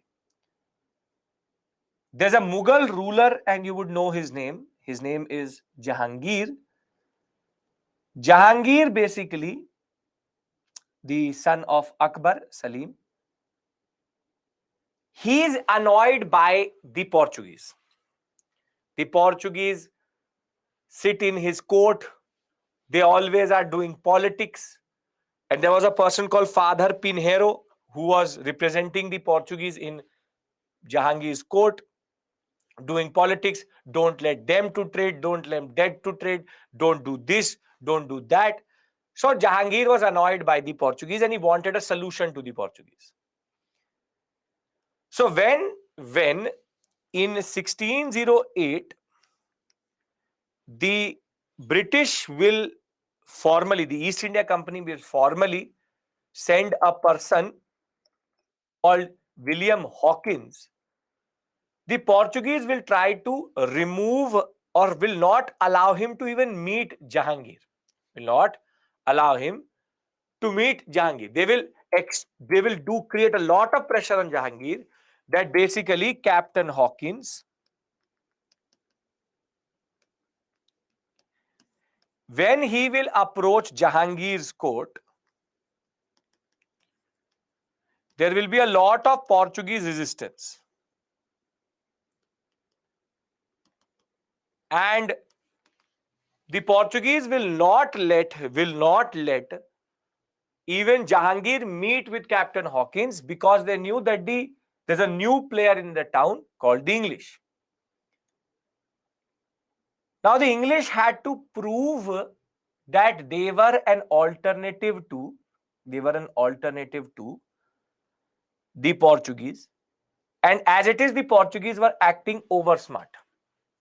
How Portuguese find their place in Jahangir's court? Standard Akbarian interaction. Akbar allowed the Portuguese to enter. Akbar was a curious man, allowed Portuguese to enter the court, and all different religions were there represented in the court. So that is a Mughal policy. They allow anybody and everybody from different stratas to be part of the court itself.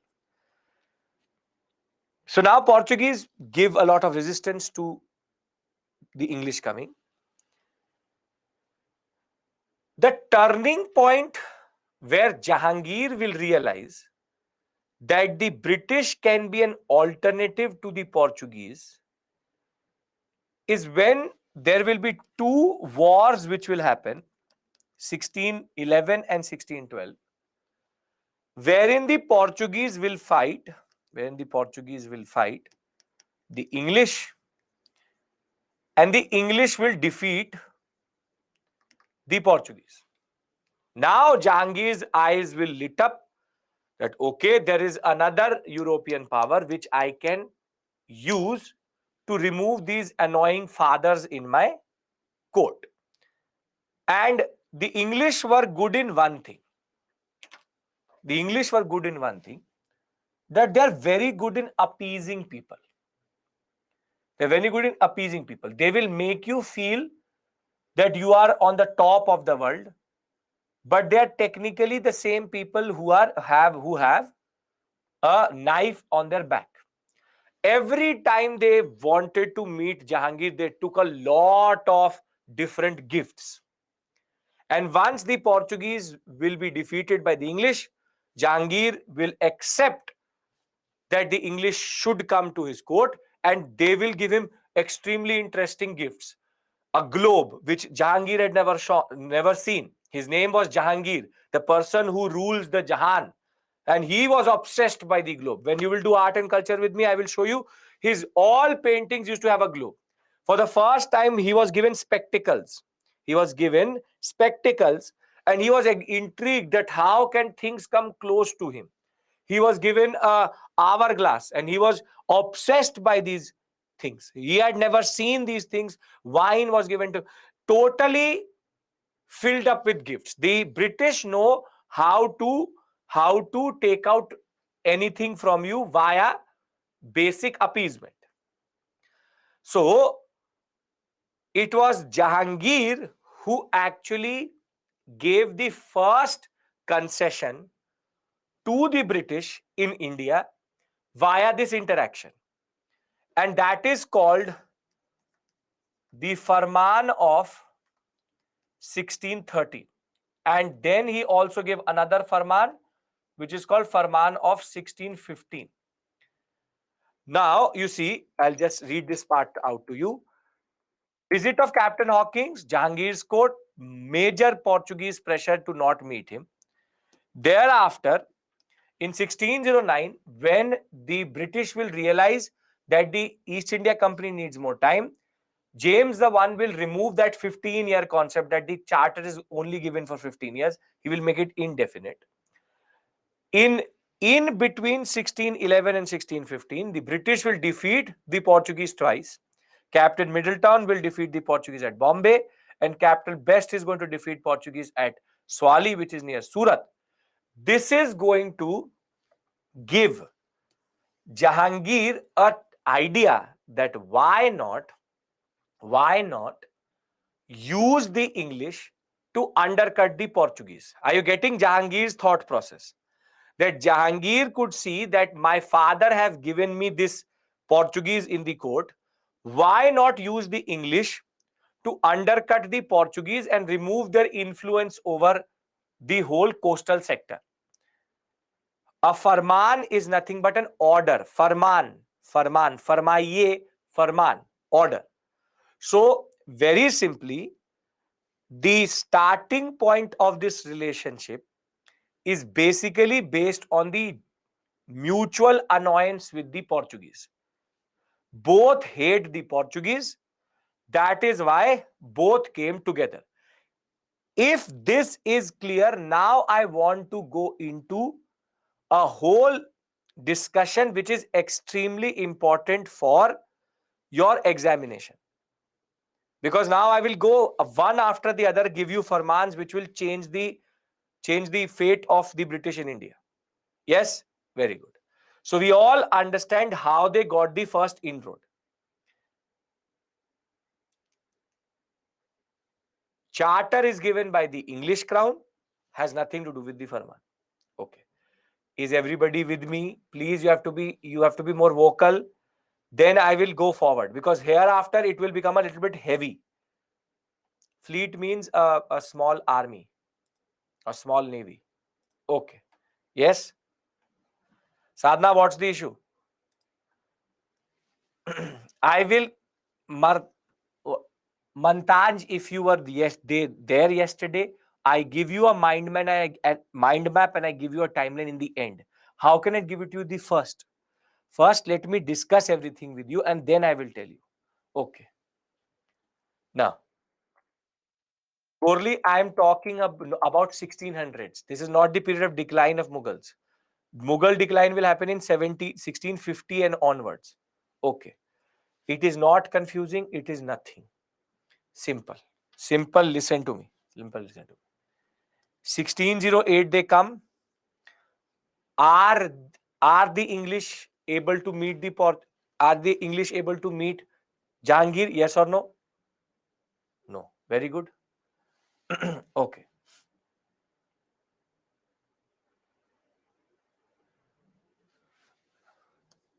You have Portuguese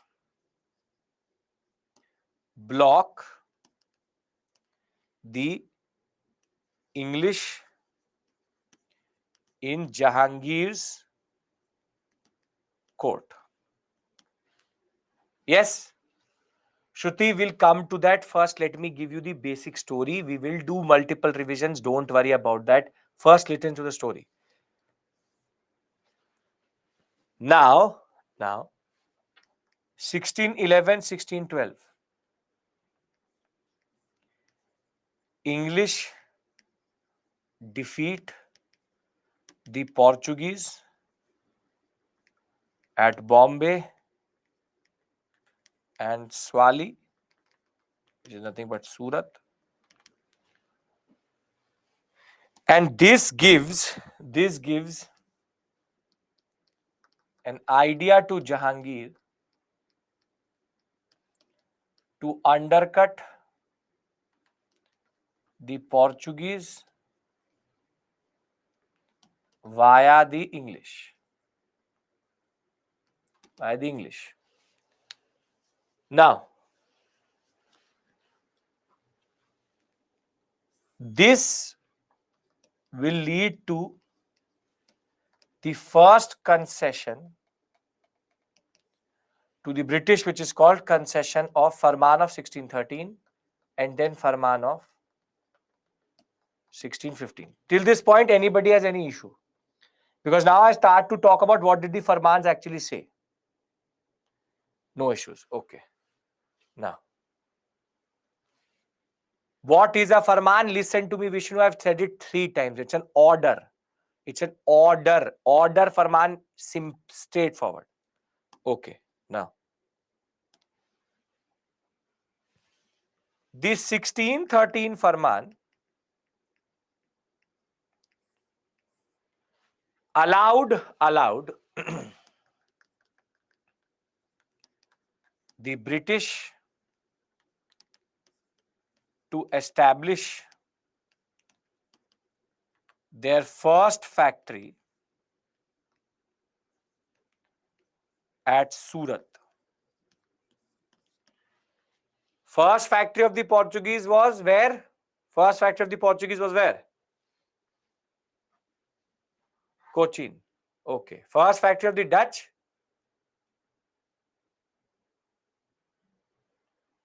First factory of the Dutch? Mauchlypatnam. Very good. So first factory of the British? Surat. Very good. So these are standard questions which can be asked. Surat. Very good. Now, this is a major moment because Surat at this point of time was one of the most important and busy ports, and the factory in Surat will allow the British to access the Arabian sea trade. What is more important is by having the British in this sector, the blue waters policy, which had more or less become useless, could be ignored and undercut via the presence of the English. Because the English are there, blue waters policy is more or less useless because the English will never let the Portuguese enforce that. And whenever the Portuguese tried to enforce it, they tried to enforce it in 1611 and 12. It did not work. So this was the basic idea of Jahangir, that if I allow them to be there, they will in turn become more and more powerful, and that will in turn remove this annoying policy of the Portuguese to get these licenses. But whilst the 1613 Farman is considered important, the one of the most comprehensive Farmans is going to come in 1615. Is going to come in 1615, which is called the 1615 Farman. Both are given by Jahangir only. And this Farman will say that the British can trade in Agra. Broch is nothing but the Gujarat sector, Ahmedabad, Mauchlypatnam, and even Bengal sector. So this basically is like a permission letter that we have been given the mandate by the emperor himself, Jahangir, to trade in the interiors of India, be it Agra, be it Broch, be it Ahmedabad sector, be it Mauchlypatnam sector, or be it Bengal sector. Now, this means that unlike the Portuguese, they are now becoming more and more part of the Indian subcontinental trade. So the first two farmans are seen as stepping stones, that the English could find their feet in these two sectors. First in Surat, getting their first factory, and then were able to find a major inroad into the Doab sector, Agra, Broch, Gujarat, Mauchlypatnam, meaning the Bay of Bengal, and even Bengal, and generally Bengal. So the presence of India is surely but slowly expanding in the Indian subcontinent. And this would be good news for the East India Company generally, because the more they trade, more the profit, more the dividend. These two farmans clear? Why are they considered so important? Because after this, there's a major concession which is going to come, which is called the 1632 Golden Farman. Come on. Are we clear with regards to 16, 13 and 15? No issues here?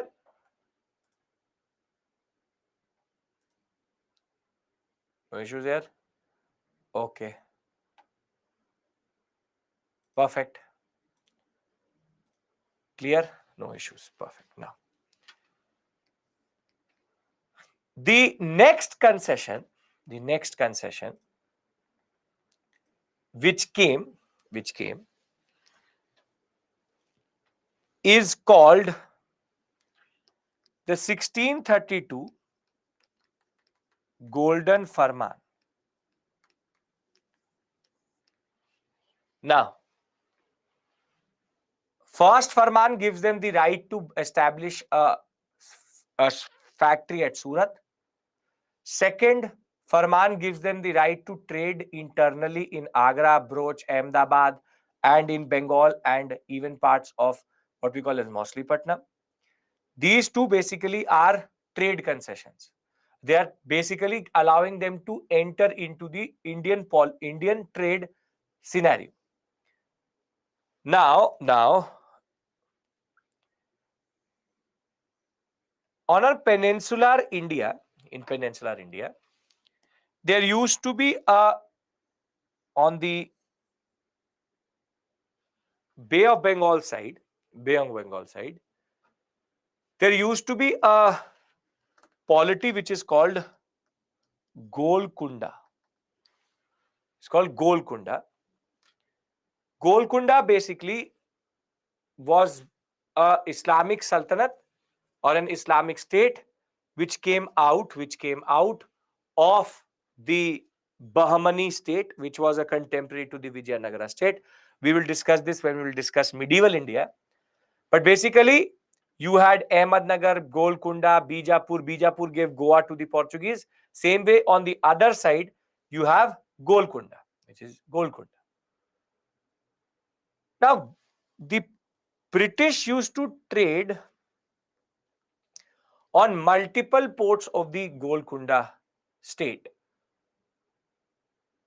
So now what the British actually do is that they go to the king of Golkunda, Sultan of Golkunda, and they say to him, see, we trade in Golkunda. He said yes. He said, what is the maximum amount of custom duty or tax you have collected from us? Because if you are trading at a port, the local ruler is going to take certain amount of custom duty or taxes from you. So it's like a basic tax which they collect on the trade. So the Golkunda ruler says that I have from time to time received close to 500 pagoda. See, pagoda is basically gold coin. It was a currency of the Vijayanagara state. And Golconda ruler says, I have maximum taken 500 pagodas from you. So the British say one thing. Let's do one thing. I will give you 500 pagoda, which is your annual tax from which you get from me. I'll give it right now only. But after giving this amount, you will let me trade freely without taxes throughout the year, and you will not touch my trade. So think of it like I go and eat a sandwich at a shop. I go and eat a sandwich at a shop every day. Every day. So I eat it every day. So I say to the shopkeeper, I eat every day. So let's do one thing. How much money you generate from me? He says you eat 2000 rupees worth of sandwiches.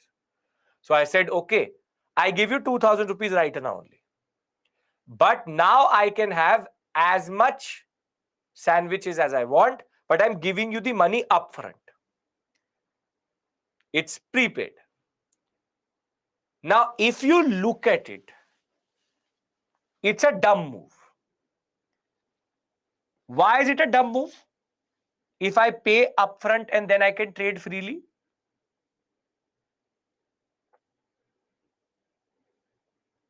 What is the catch here?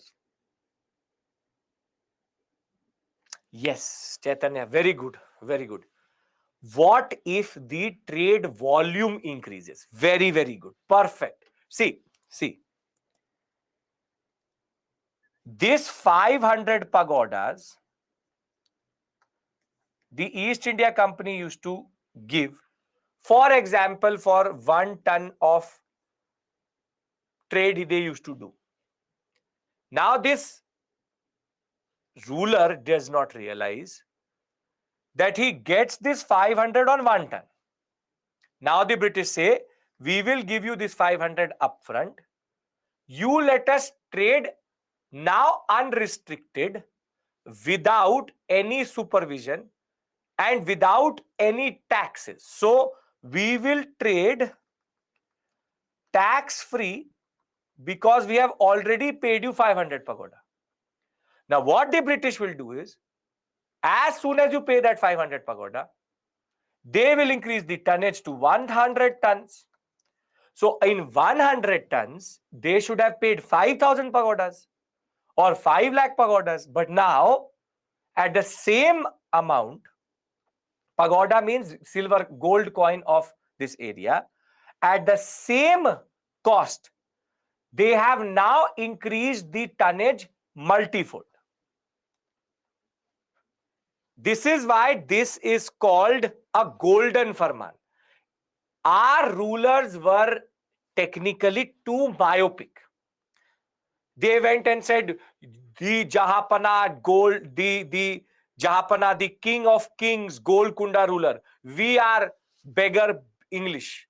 You take 500 rupees, 500 pagodas from us. We give it to you right now. You let us trade unrestricted. And that useless ruler does not realize that in a way, he does get 500 pagodas at that point of time. But isn't he losing out to revenue if the tonnage increases very quickly? If they realize that the golden farman would never have been given. So what is the golden farman? The golden farman basically was a farman given to the British by the Golconda ruler, under which the British could trade unrestricted without taxes, unrestricted without taxes, after paying 500 pagodas, gold coins, annually to the king. To the king. And what the British will do is they will increase tonnage multifold.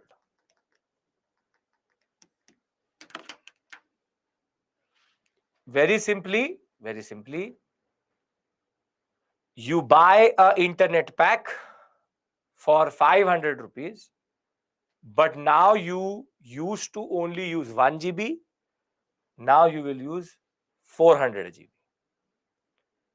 So this is called the golden farman of 1632. It was literally golden because the fact was that the British misused it very quickly. Wasn't there any rebellion? Because these rulers were so dumb, they never understood they were getting cheated. That is the basic point. The simple point is that they were so myopic in their vision that they did not understand what was actually happening. According to them, take it. I am the ultimate ruler of this world. What can they take? My fate. Take it. You are a beggar. You take this farman. I am a generous ruler. And the British will very systematically use this puppy face that we are the English. We don't know what is happening. Give us some concessions. Give us certain form of help. They did not know that they were technically cutting the roots of India, and they will do it. They will not do it here. They will do it multiple places. The fact is that they will act innocent. The concept of puppy faces, they will act innocent. This is called ultimate diplomacy. They act innocent. हमें पता ही नहीं क्या हो रहा. Take 500. Take 500 pakodas. We are very good people. Take 500 pakodas. This is the problem. So 1613, 1615, 1632. 32 clear? Then I'll move to the next one, which is called 1639 Chandragiri Farman. Yes? Very good. Is this making sense? I am trying to give you the basic overview. Then I'll put it on a timeline and give you a mind map. So don't worry about that. Anybody who is thinking, how do I learn this? I will tell you how to learn it. But as of right now, are you able to create this basic picture? How does the British find its feet in the Indian subcontinent? Very simply, it gets concession after concession by acting dumb and innocent. That is the only thing. Okay. Now, the next is called 1639 Chandragiri concession. Under this, what is going to happen? What is going to happen is that the British will go to the Tamil Nadu sector, and there was a local ruler of Chandragiri. See, you would have realized one thing. I'm not giving you the names of the rulers because there's already too much to learn. Why give you unnecessary fact? For me, these ruler names are not important. And this is always standard policy for me, that I never give you anything which you don't need. So you don't have to remember these names. So why should I bombard you with them? Already too much to learn. So 1639, there was a local ruler who ruled over Chandragiri, and the British will go and say to the Chandragiri ruler, you mighty Chandragiri ruler, we've never seen a ruler like you. Handsome, more than that, so much wealth. You have so much wealth, and we are trading at Mosleepatnam. But Mosleepatnam, our trading station is small. So, can you do one thing? Can you lease out certain area to us? Can you give us certain area to us? We'll pay rent, but we will also build a fort on it. So the Chandragiri ruler thinks, okay, rent is also going to come, and he is also saying I'm handsome, so therefore he's a good man. So let's do one thing, let's give them a concession. It's literally not what happened, but I'm trying to tell you how appeasement works. Very simply, the local ruler, the local ruler of Chandragiri is going to grant, and that area today is actually Chennai, Madras. The Chandragiri concession is actually nothing but Chennai. Chennai was leased out by Chandragiri concession. Local ruler of Chandragiri is going to grant the British a small settlement on the coast, which was called Madras, Chennai. In return for very low rent, and the British will build their first fort in India. Which is that fort? Anybody from Chennai, tell me, what is the fort where the Legislative Council and Assembly sit of Tamil Nadu? Very good, Chaitanya, great. Fort Saint George, and they will shift their headquarters in the Bay of Bengal sector from Moslipatnam to Madras. This is the origin of Madras. Madras, Chennai, the ruler only took, it is believed, close to equivalent, today equivalent, 10,000 rupees to give Madras and this fort to the British. So the simple point is, this will allow the British to shift their major headquarters from Moslipatnam, which already had the Dutch and the Portuguese also, and rather shift to a place where they could build a fort and have proper trading station. As it is, you would know, Chennai is a very good natural harbor. Chennai is a generally, though it has a problem that it is quite deep waters, vis-a-vis Moslipatnam, it is a better harbor than Moslipatnam.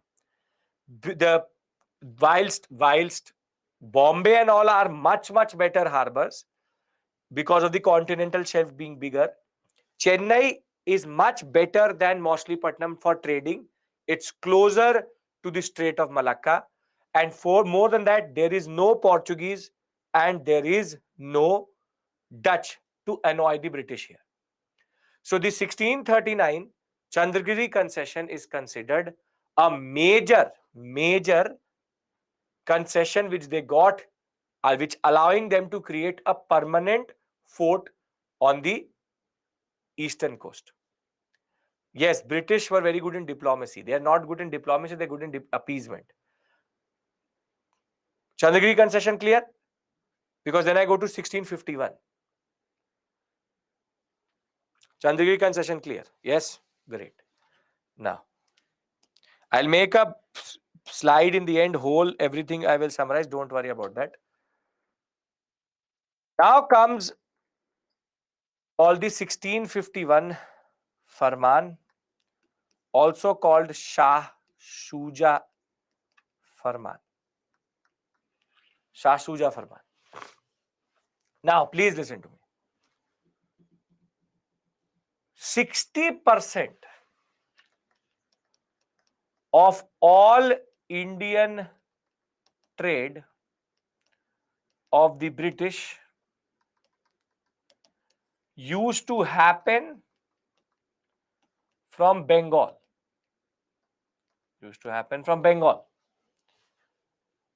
And Fort St. George. Now, The English, what they do is that they approach the governor Shah Shuja, governor of Bengal, and they do the same drama which they did with the Golconda ruler. They go to Shah Shuja and say, let's do one thing. We'll pay you 3,000 rupees annually. Let us trade for free. Let us trade for free. Again, Shah Shuja will not understand the mechanics of how they increase tonnage. And he will foolishly again allow the British to trade in Bengal duty free against the payment of 3,000 rupees annually. This farman is considered single-handedly the most important farman which the British were able to obtain. Under the 1651 farman, the British against the payment of 3,000 rupees or rupiah to the Bengal authorities could trade tax free and unrestricted.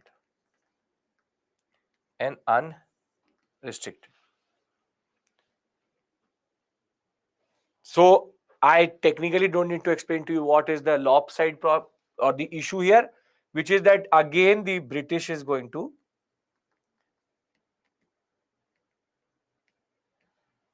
increase tonnage beyond that 3,000 rupees. Very simply, only 3,000. 3,000 is not a very small amount at that point of time. But the point is, if you are paying 3,000 for 10 tons and now you are getting 100 tons, then very simply that 3,000 is nothing for you. That 3,000 is nothing for you. So we are clear with regards to 1651 Sarvan also. How is it important and how is it generally straightforward? A concept of the Golden Farman replicated in Bengal. This is a Bengal-centric Farman. Golden Farman allowed them to trade for 500 rupees annually. This is also annually. For 500 pagodas annually to trade in Golconda tax-free. Here it is 3,000 rupees annually to trade in Bengal tax-free. Are we clear? Yes? Yes. Very good.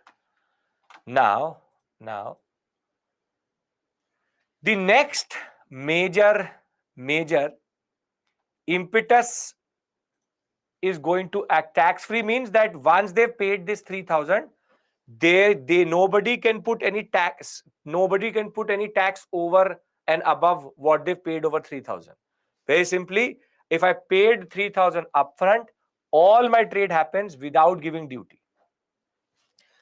Now, the next major breakthrough which the British are going to get is because of a marriage. Weren't the rulers aware of the East India Company? They may be aware of the other farmans, but see, understand one thing.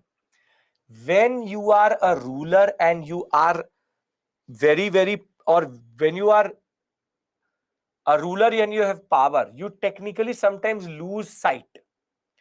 And that is the basic point here. These rulers have very myopic vision, because they are not able to see what the British are doing in the long run. According to them, okay, I'm getting 3,000 rupees annually. But they are not able to actually see the larger picture. This is where we come in. We are sitting in 2023 and saying, don't do it, Suja. Don't do it, Golconda.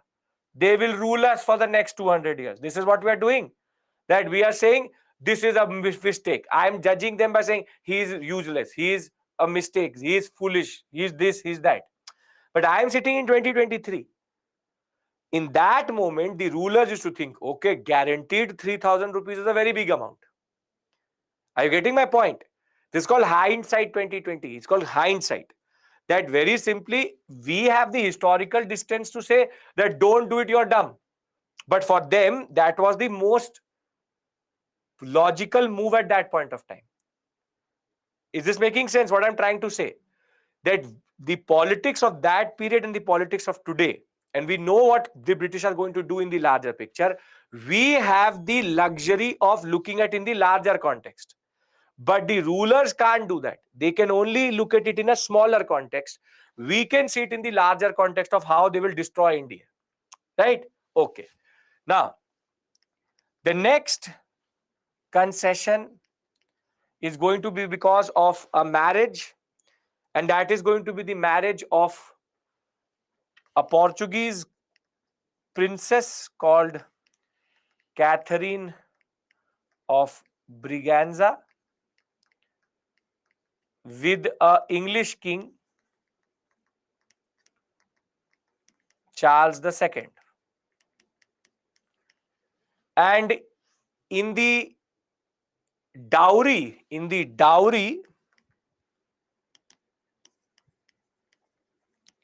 of Catherine, the Portuguese will transfer Bombay to the English. See, now they are big kings, so obviously they will not give money. So they gave Bombay. They said, you want dowry? Take Bombay. Whole Bombay is yours. Now, the Portuguese never developed Bombay as a very, very good settlement.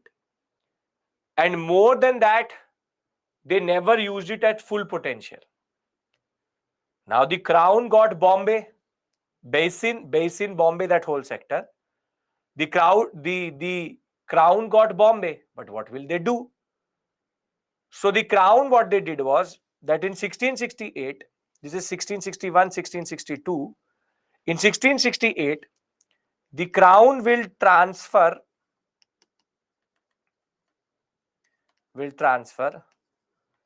Bombay, whole of Bombay, will transfer Bombay to the East India Company at annual rent of 10 pounds. You give us 10 pounds and you take Bombay. And what is going to happen is, by this, the British will shift their headquarters to Bombay from Surat.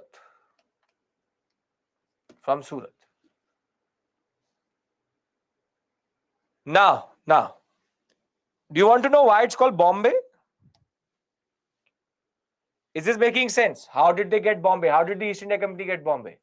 The dowry will be given to the crown. The crown will give it to the East India Company at the annual rent of 10 pounds. The name Bombay actually comes from this. Bom means good in Portuguese.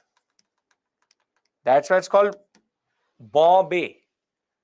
Bom means good. So the Portuguese used to call, see, Basin is a part of Bombay sector. That whole sector is Basin. You have Sopara, then you have Thane, then you have Bombay. Whole sector is called Bombay together in that sense. Basin is Bombay. It's part of Bombay. So the name Bombay comes out of the Portuguese word Bombay, which is good bay, because Mumbai is till today one of the best natural harbors in India itself. And the Portuguese were dumb to again give this as a dowry to the English, and the English transfer it further to the East India Company. So now What is the headquarters of the British on the eastern coast? Eastern coast. I'm saying eastern. Madras. Madras. And western coast? Bombay. So you see, these are two exclusive positions which they get where no other European power is there. Where no other European power is there. So now, just to give you a basic recap, we started in 1613, Surat, 1615, Agra, Mauchlypatnam, Broch, Bengal, and Ahmedabad sector. 1632, Golden Farman. 1639, Chandragiri concession. And 1651, the Delhi, that is not K10, that's a symbol of pound. Then 1651, the concept of Shashuja Farman, and then Bombay by 1668. Does anybody have any problem? Three more farmans are left, rather two more farmans are left, or two more discussions are left. No issues here? Okay, very good. Now, see,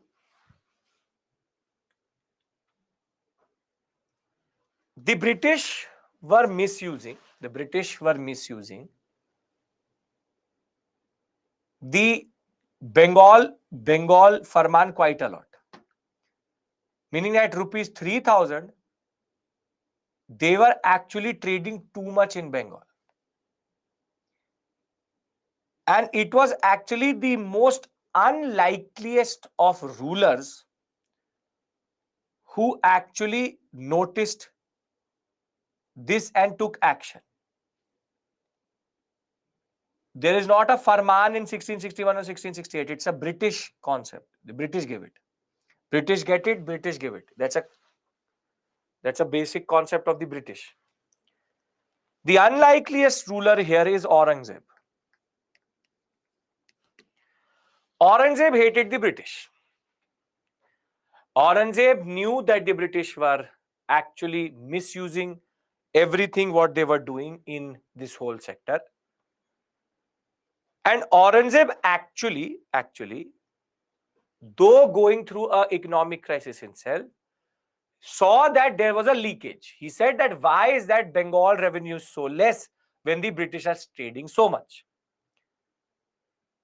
And that is why there was a major clash in the period of 1688 and 89 between the English and Aurangzeb, wherein Aurangzeb said that we are not going to continue with this 3,000 rupee concept. We're not going to go with this 3,000 rupee concept. You pay up for everything. And the British in retaliation will attack Aurangzeb. But Aurangzeb was also not that weak. The Aurangzeb will actually defeat the English and seize all their possessions in Bengal and cancel all their farmans. So basically, between the period of 1680 to 89, the British had a nightmarish time with Aurangzeb. Nightmarish time. Aurangzeb took everything from them. Aurangzeb even said that Mauchlypatnam you have to give up. You have to give up the Bombay sector. Surat, they were expelled. They were taken. They were actually removed from most of the areas. They said, enough is enough. Your over smartness is over. However, the English are English. And what they did was that in 1690, they will constantly plead to Aurangzeb. Please, sorry, galti ho gayi, sorry, my mistake, sorry. And they will say, we will pay you 1.5 lakh rupees for giving us whatever you've taken from us. And Aurangzeb, who's going through an economic crisis, he will accept that money. He will accept that 1.5 lakh rupees and he will pardon the English. And in 1690, all the powers will be restored. Will be restored. And it is here that India was lost. It is here that India was lost. We did have a chance to remove the British, but the British somehow got it back via appeasement and money. And the British will now have a very standard strategy, which is to remain under the radar. Don't come in the eyes of Aurangzeb. They will very quietly trade from all these centers once they get pardoned. But as soon as Aurangzeb will die, they will find a major, what we call as opportunity under this, the last discussion, last farman. It's called the 1717 Farooq CR Farman. And thereafter I'll give you a summary, don't worry, we'll do it. Farooq CR Farman. The Farooq CR Farman is considered the Magna Carta of the British in India.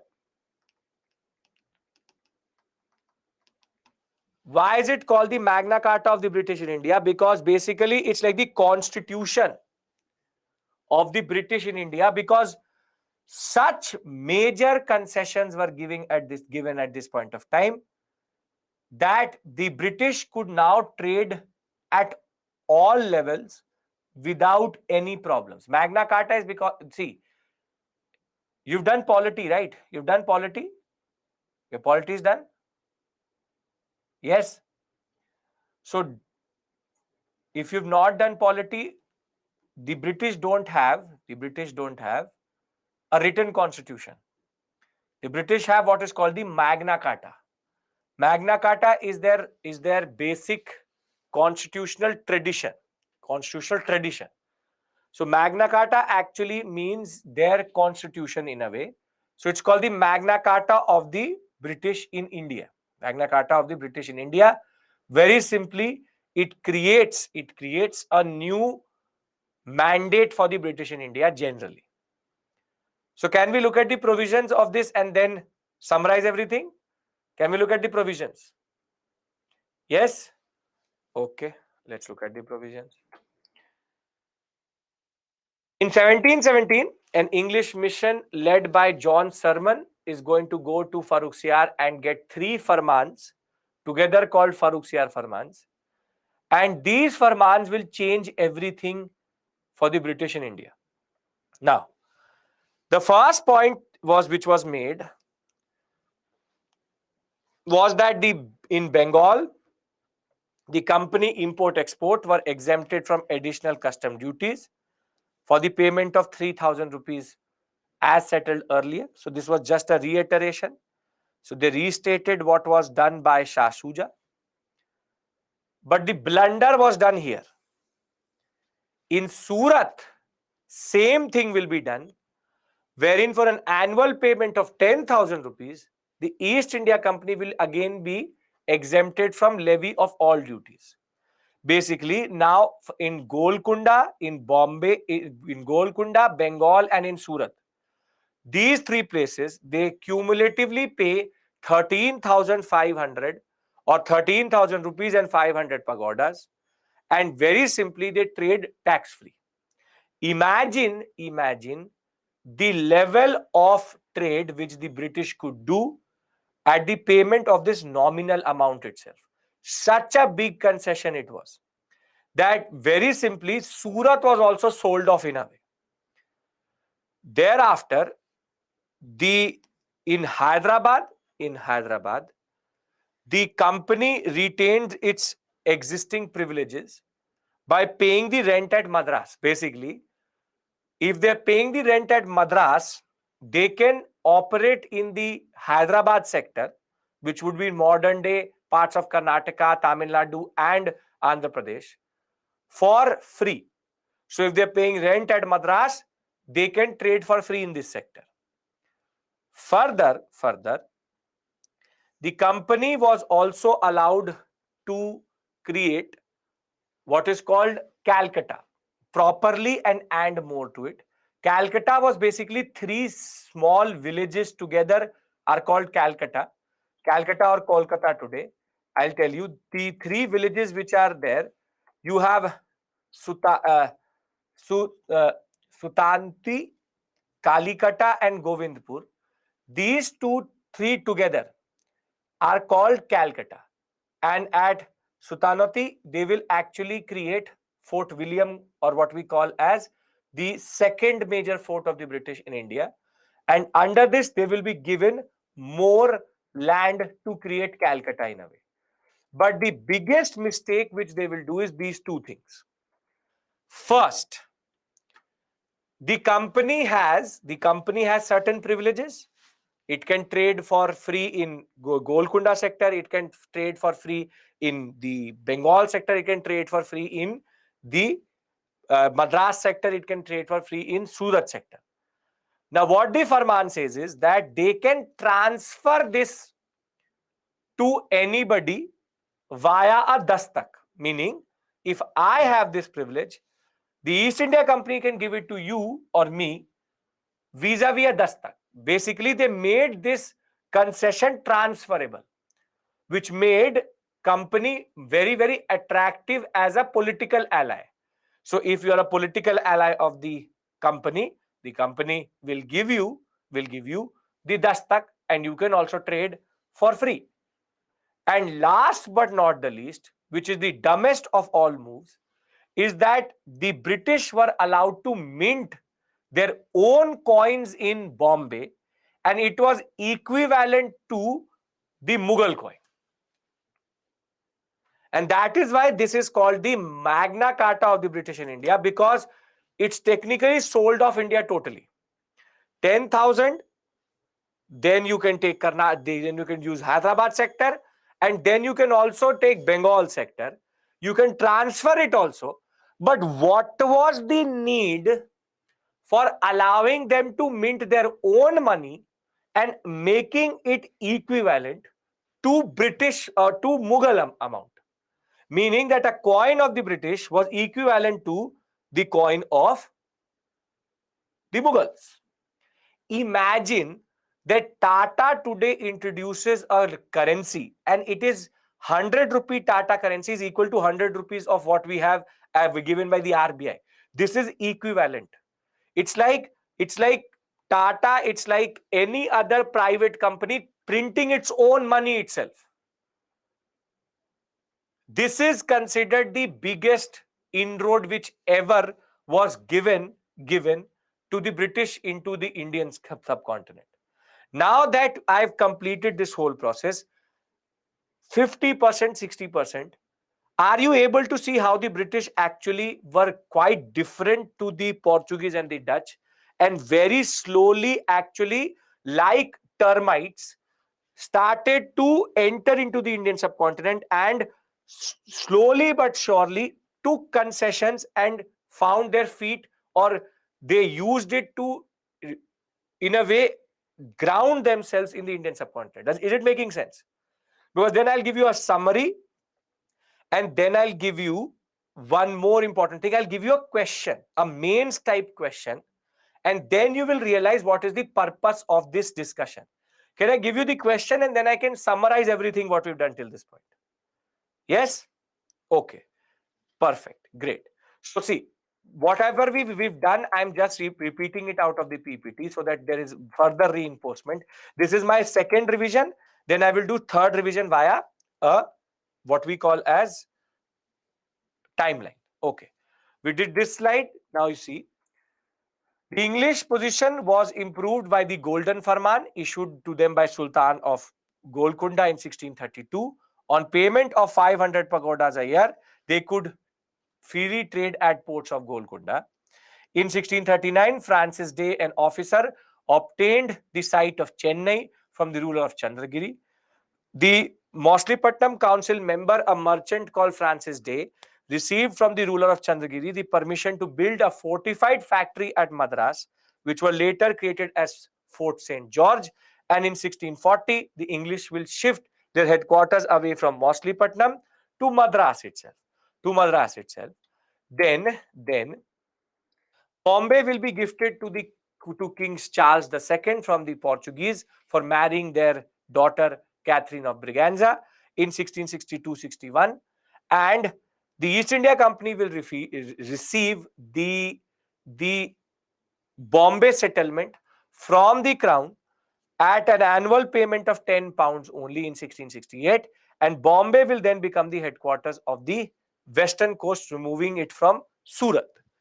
Then we know that in 1698, three villages will be granted by the Nawabs of Bengal to a person called John Chadnock, nothing but an English, and he will create what is called Calcutta and then create the second fort of the British in India, which is called Fort William.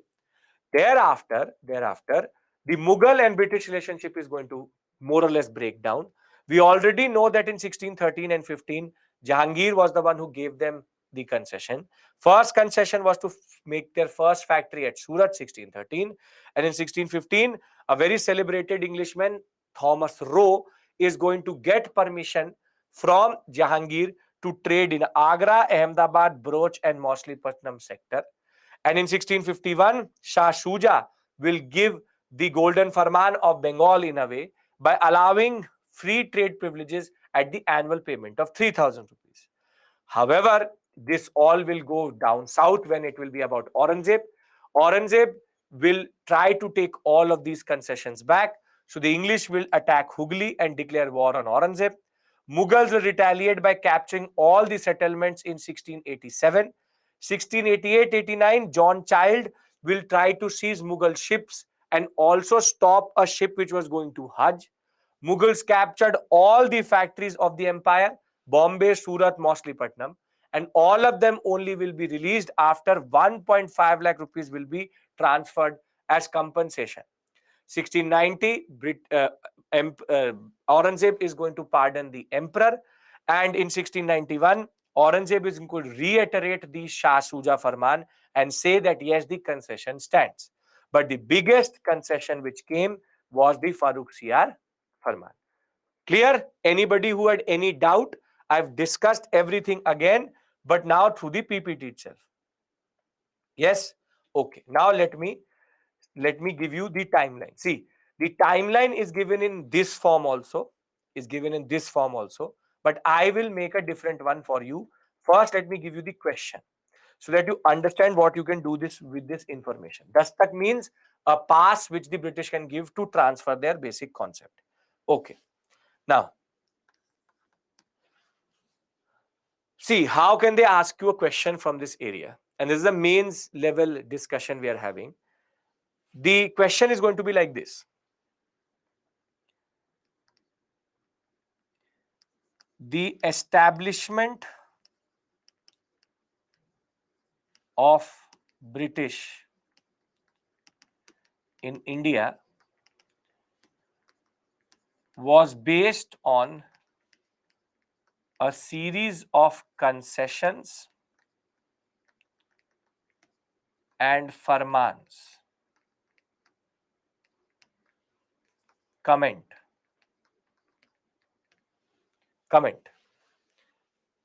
This is a 250 word question, 15 marks. Now, whatever information I've given to you is basically going to go into a question like this. This did not come in the mains. I'm giving you a practice question. It says the establishment of the British in India was based on a series of concessions and farman. Comment means that they're asking you to tell them, is this statement correct? And if it is correct, how is it correct? So is this statement correct? Yes, it is. Now, what you need to do is that whatever discussion I did with you, you have to condense it and write an answer. Now, three things. For most of you, you've never written an answer. What I want to do, you will start with 1613 Farman and you will go till 1717. What I want you to do is, don't have to ace it or nail it in the first go. I'm going to give you a summary. Whatever you can write in 1 hour, 2 hour, 3 hour, in 45 minutes, in 10 minutes, you write it down. Because I want to see, are you able to articulate your mind, what is in your mind on paper? Tomorrow when I come back, I will tell you how to structure the answer for this type of a question. So your homework is going to be that you can write an answer for this question after understanding everything. And the most important fact is going to be, you can't open the PPT. Learn the PPT, learn the facts and write the answer. Because some of you, what they do, very conveniently, open the PPT and also write the answer. No, don't do that. Try to remember. And if you want us to evaluate it, properly, you can send it to an email ID called islive@byju's.com, or you can also send it to targetprelims@byju's.com, and within 3 to 4 days we'll check it and send it to you also. So we can do that also. If you are confident, you can do that also. So target prelims, and there's also target IS also. Target IS. I would suggest send it to this one, IS Live.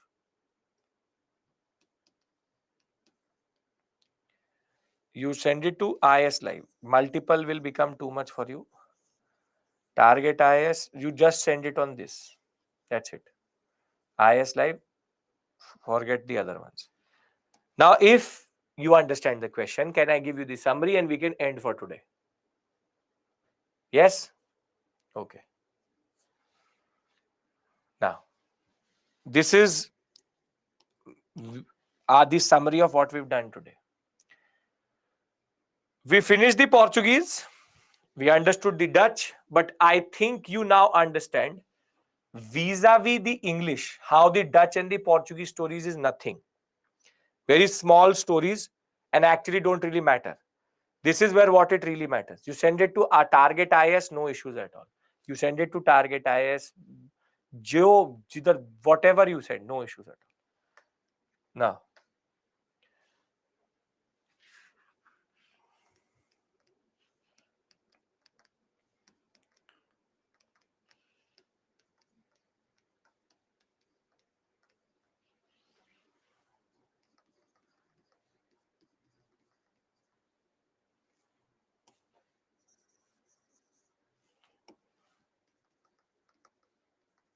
this is your mind map for today.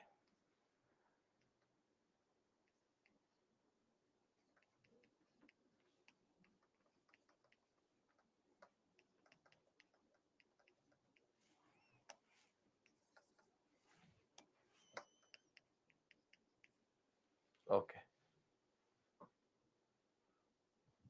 You want to add 1661, but technically 1661 is not direct. 1668 is related to East India Company. Okay. Now, English tried to influence Jahangir for first time. Portuguese block it. These two together are called Jahangir Farmans. This will give them first factory at Surat. trade permission in Agra, Ahmedabad, Mausoleopatnam, Broch, Bengal. Thereafter, this one is called Golden Farman, under which Golconda ruler Golconda ruler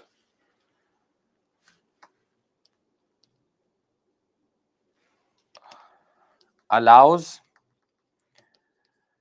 trade in ports tax free or duty free in return for 500 pagodas annual payment. Then this is called Chandragiri Farman. Under this, Madras will be given to British by Chandragiri ruler Fort St. George, Eastern headquarters. Then 1651, you have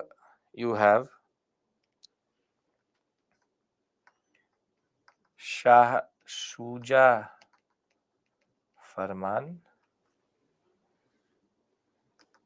trade in Bengal duty free in return for 3,000 rupees annually.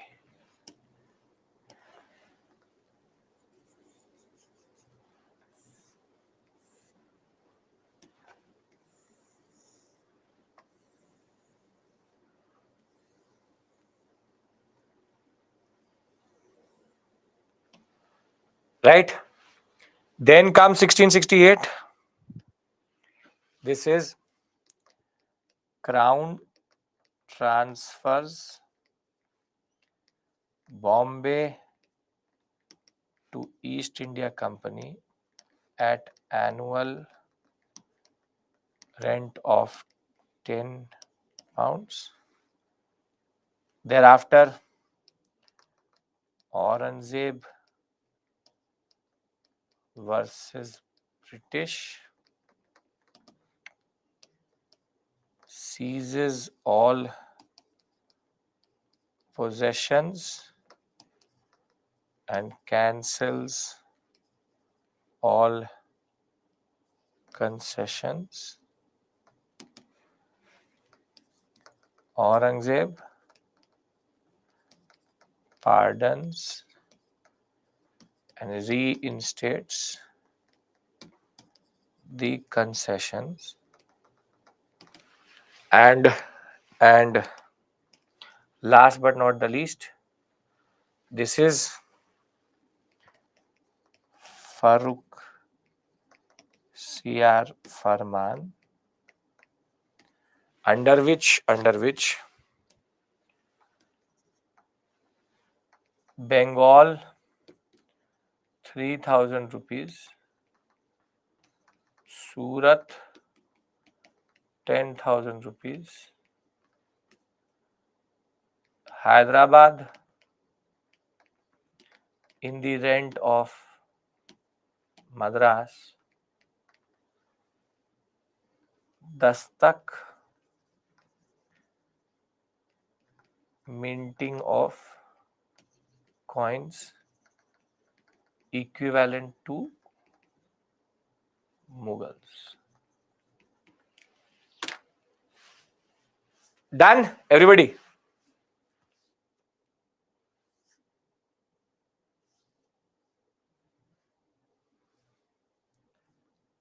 So basically, this is your this is how the British found their feet in the Indian subcontinent.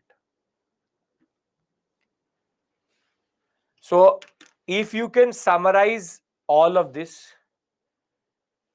into the answer, 250 words, then your job is done. Then your job is done. Golconda and Hyderabad are different, yes. Farrukhsiyar gave Farman. Yes, Farrukhsiyar gave Farman. Was there any limit to the mint? No.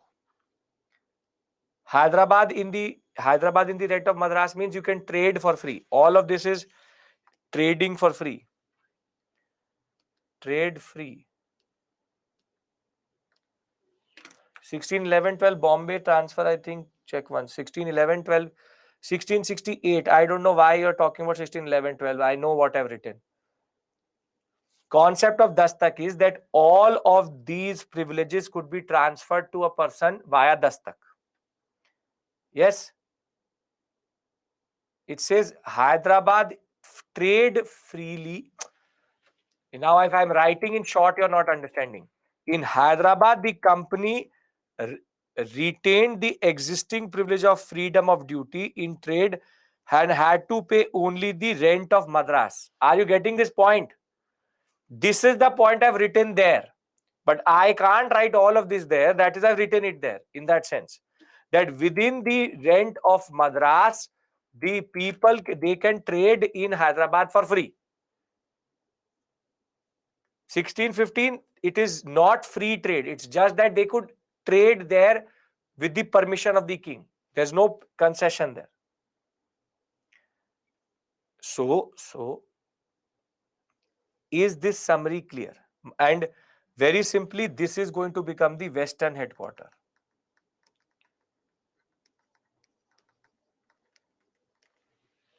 Yes? Okay.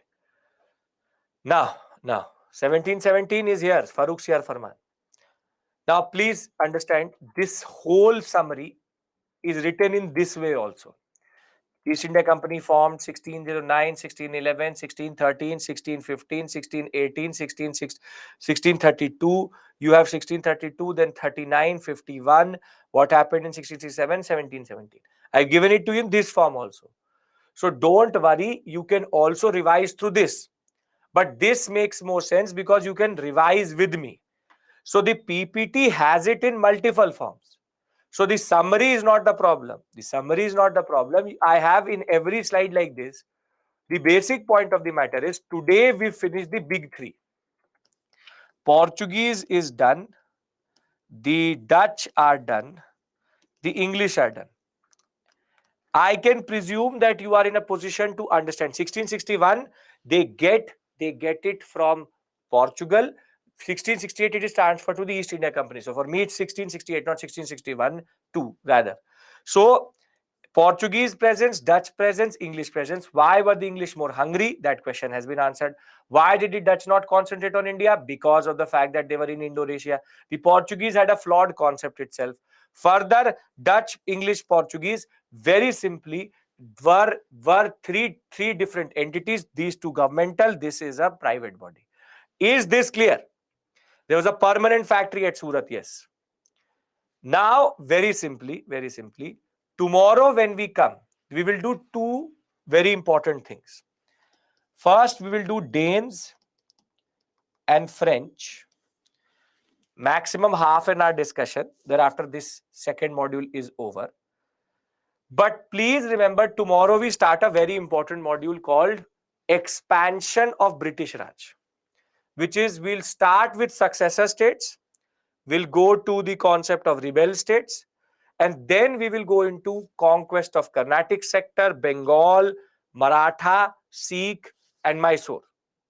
So the next two classes, which is Thursday and Friday, is going to be about by Friday, the British will have won over the Marathas, Mysore, the Sikh, and the Bengal sector. We'll talk about Plassey, we'll talk about Buxar, and that is now what is left. More or less, advent of European is done. Done. So I hope you can simply create a basic picture in your mind. Basic picture is there. You can write the answer today, tomorrow, whenever you like it. So basic picture is there in your mind, and that is the my only request is revise once. It will come to you very quickly. It is fresh. It is going to come to you very quickly. You don't need to go to any book right now. Just concentrate on the PPTs. 1615 was not about nearby factories. It was about trade, allowing them to trade in these areas.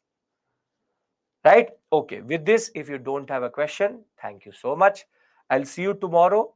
Same time. Have a very productive day. Revise this and come. We'll talk about Danes and French and then enter a separate issue altogether. If they give Dastak to anybody, they also get free trade. Yes. Dutch still in Moslepatnam, yes, they were. Later, they'll sell it off. We'll talk about the Dutch and the English also together. Don't worry. Danes were not interested. They were more Catholic, and they will go. Magna Carta is different. Magna Carta is the constitution of Britain. Carta system is the Portuguese system itself. How many people can get Dastak? As much as you want. What is the confusion? 1615. The 1615, they will be allowed to trade. They can go and trade with the permission. Factories are not allowed to be set up. In conclusion, we have to criticize British or our rulers. Obviously, the British. I'll tell you how to approach that. Sir, were the multiple headquarters at India same time? Yes, there were multiple English headquarters, Bombay and Madras.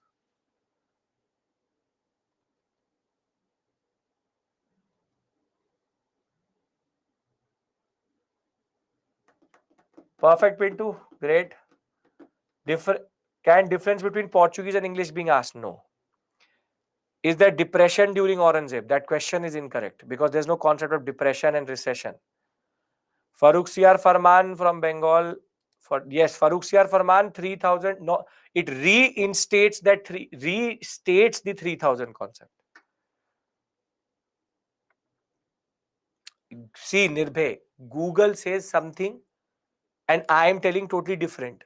I am saying trade privileges into these areas. Factories will be set up later. If the Google wants to say it is that 1615, I leave you to decide who you need to trust. 60% of trades were taken for Bengal and only 3000. But Surat is a much bigger port, much bigger port. Kolkata is also an headquarter, not right now, but later for sure. Fort William will be set up at Kolkata. We'll discuss about Fort William because we will discuss black hole and all and everything with regards to that. When Aurangzeb restored power, he also gives earlier privileges. Yes. Okay, perfect. See you tomorrow, same time. Take care. Bye-bye. Have a great day. I hope everything is making sense. See you. Bye-bye.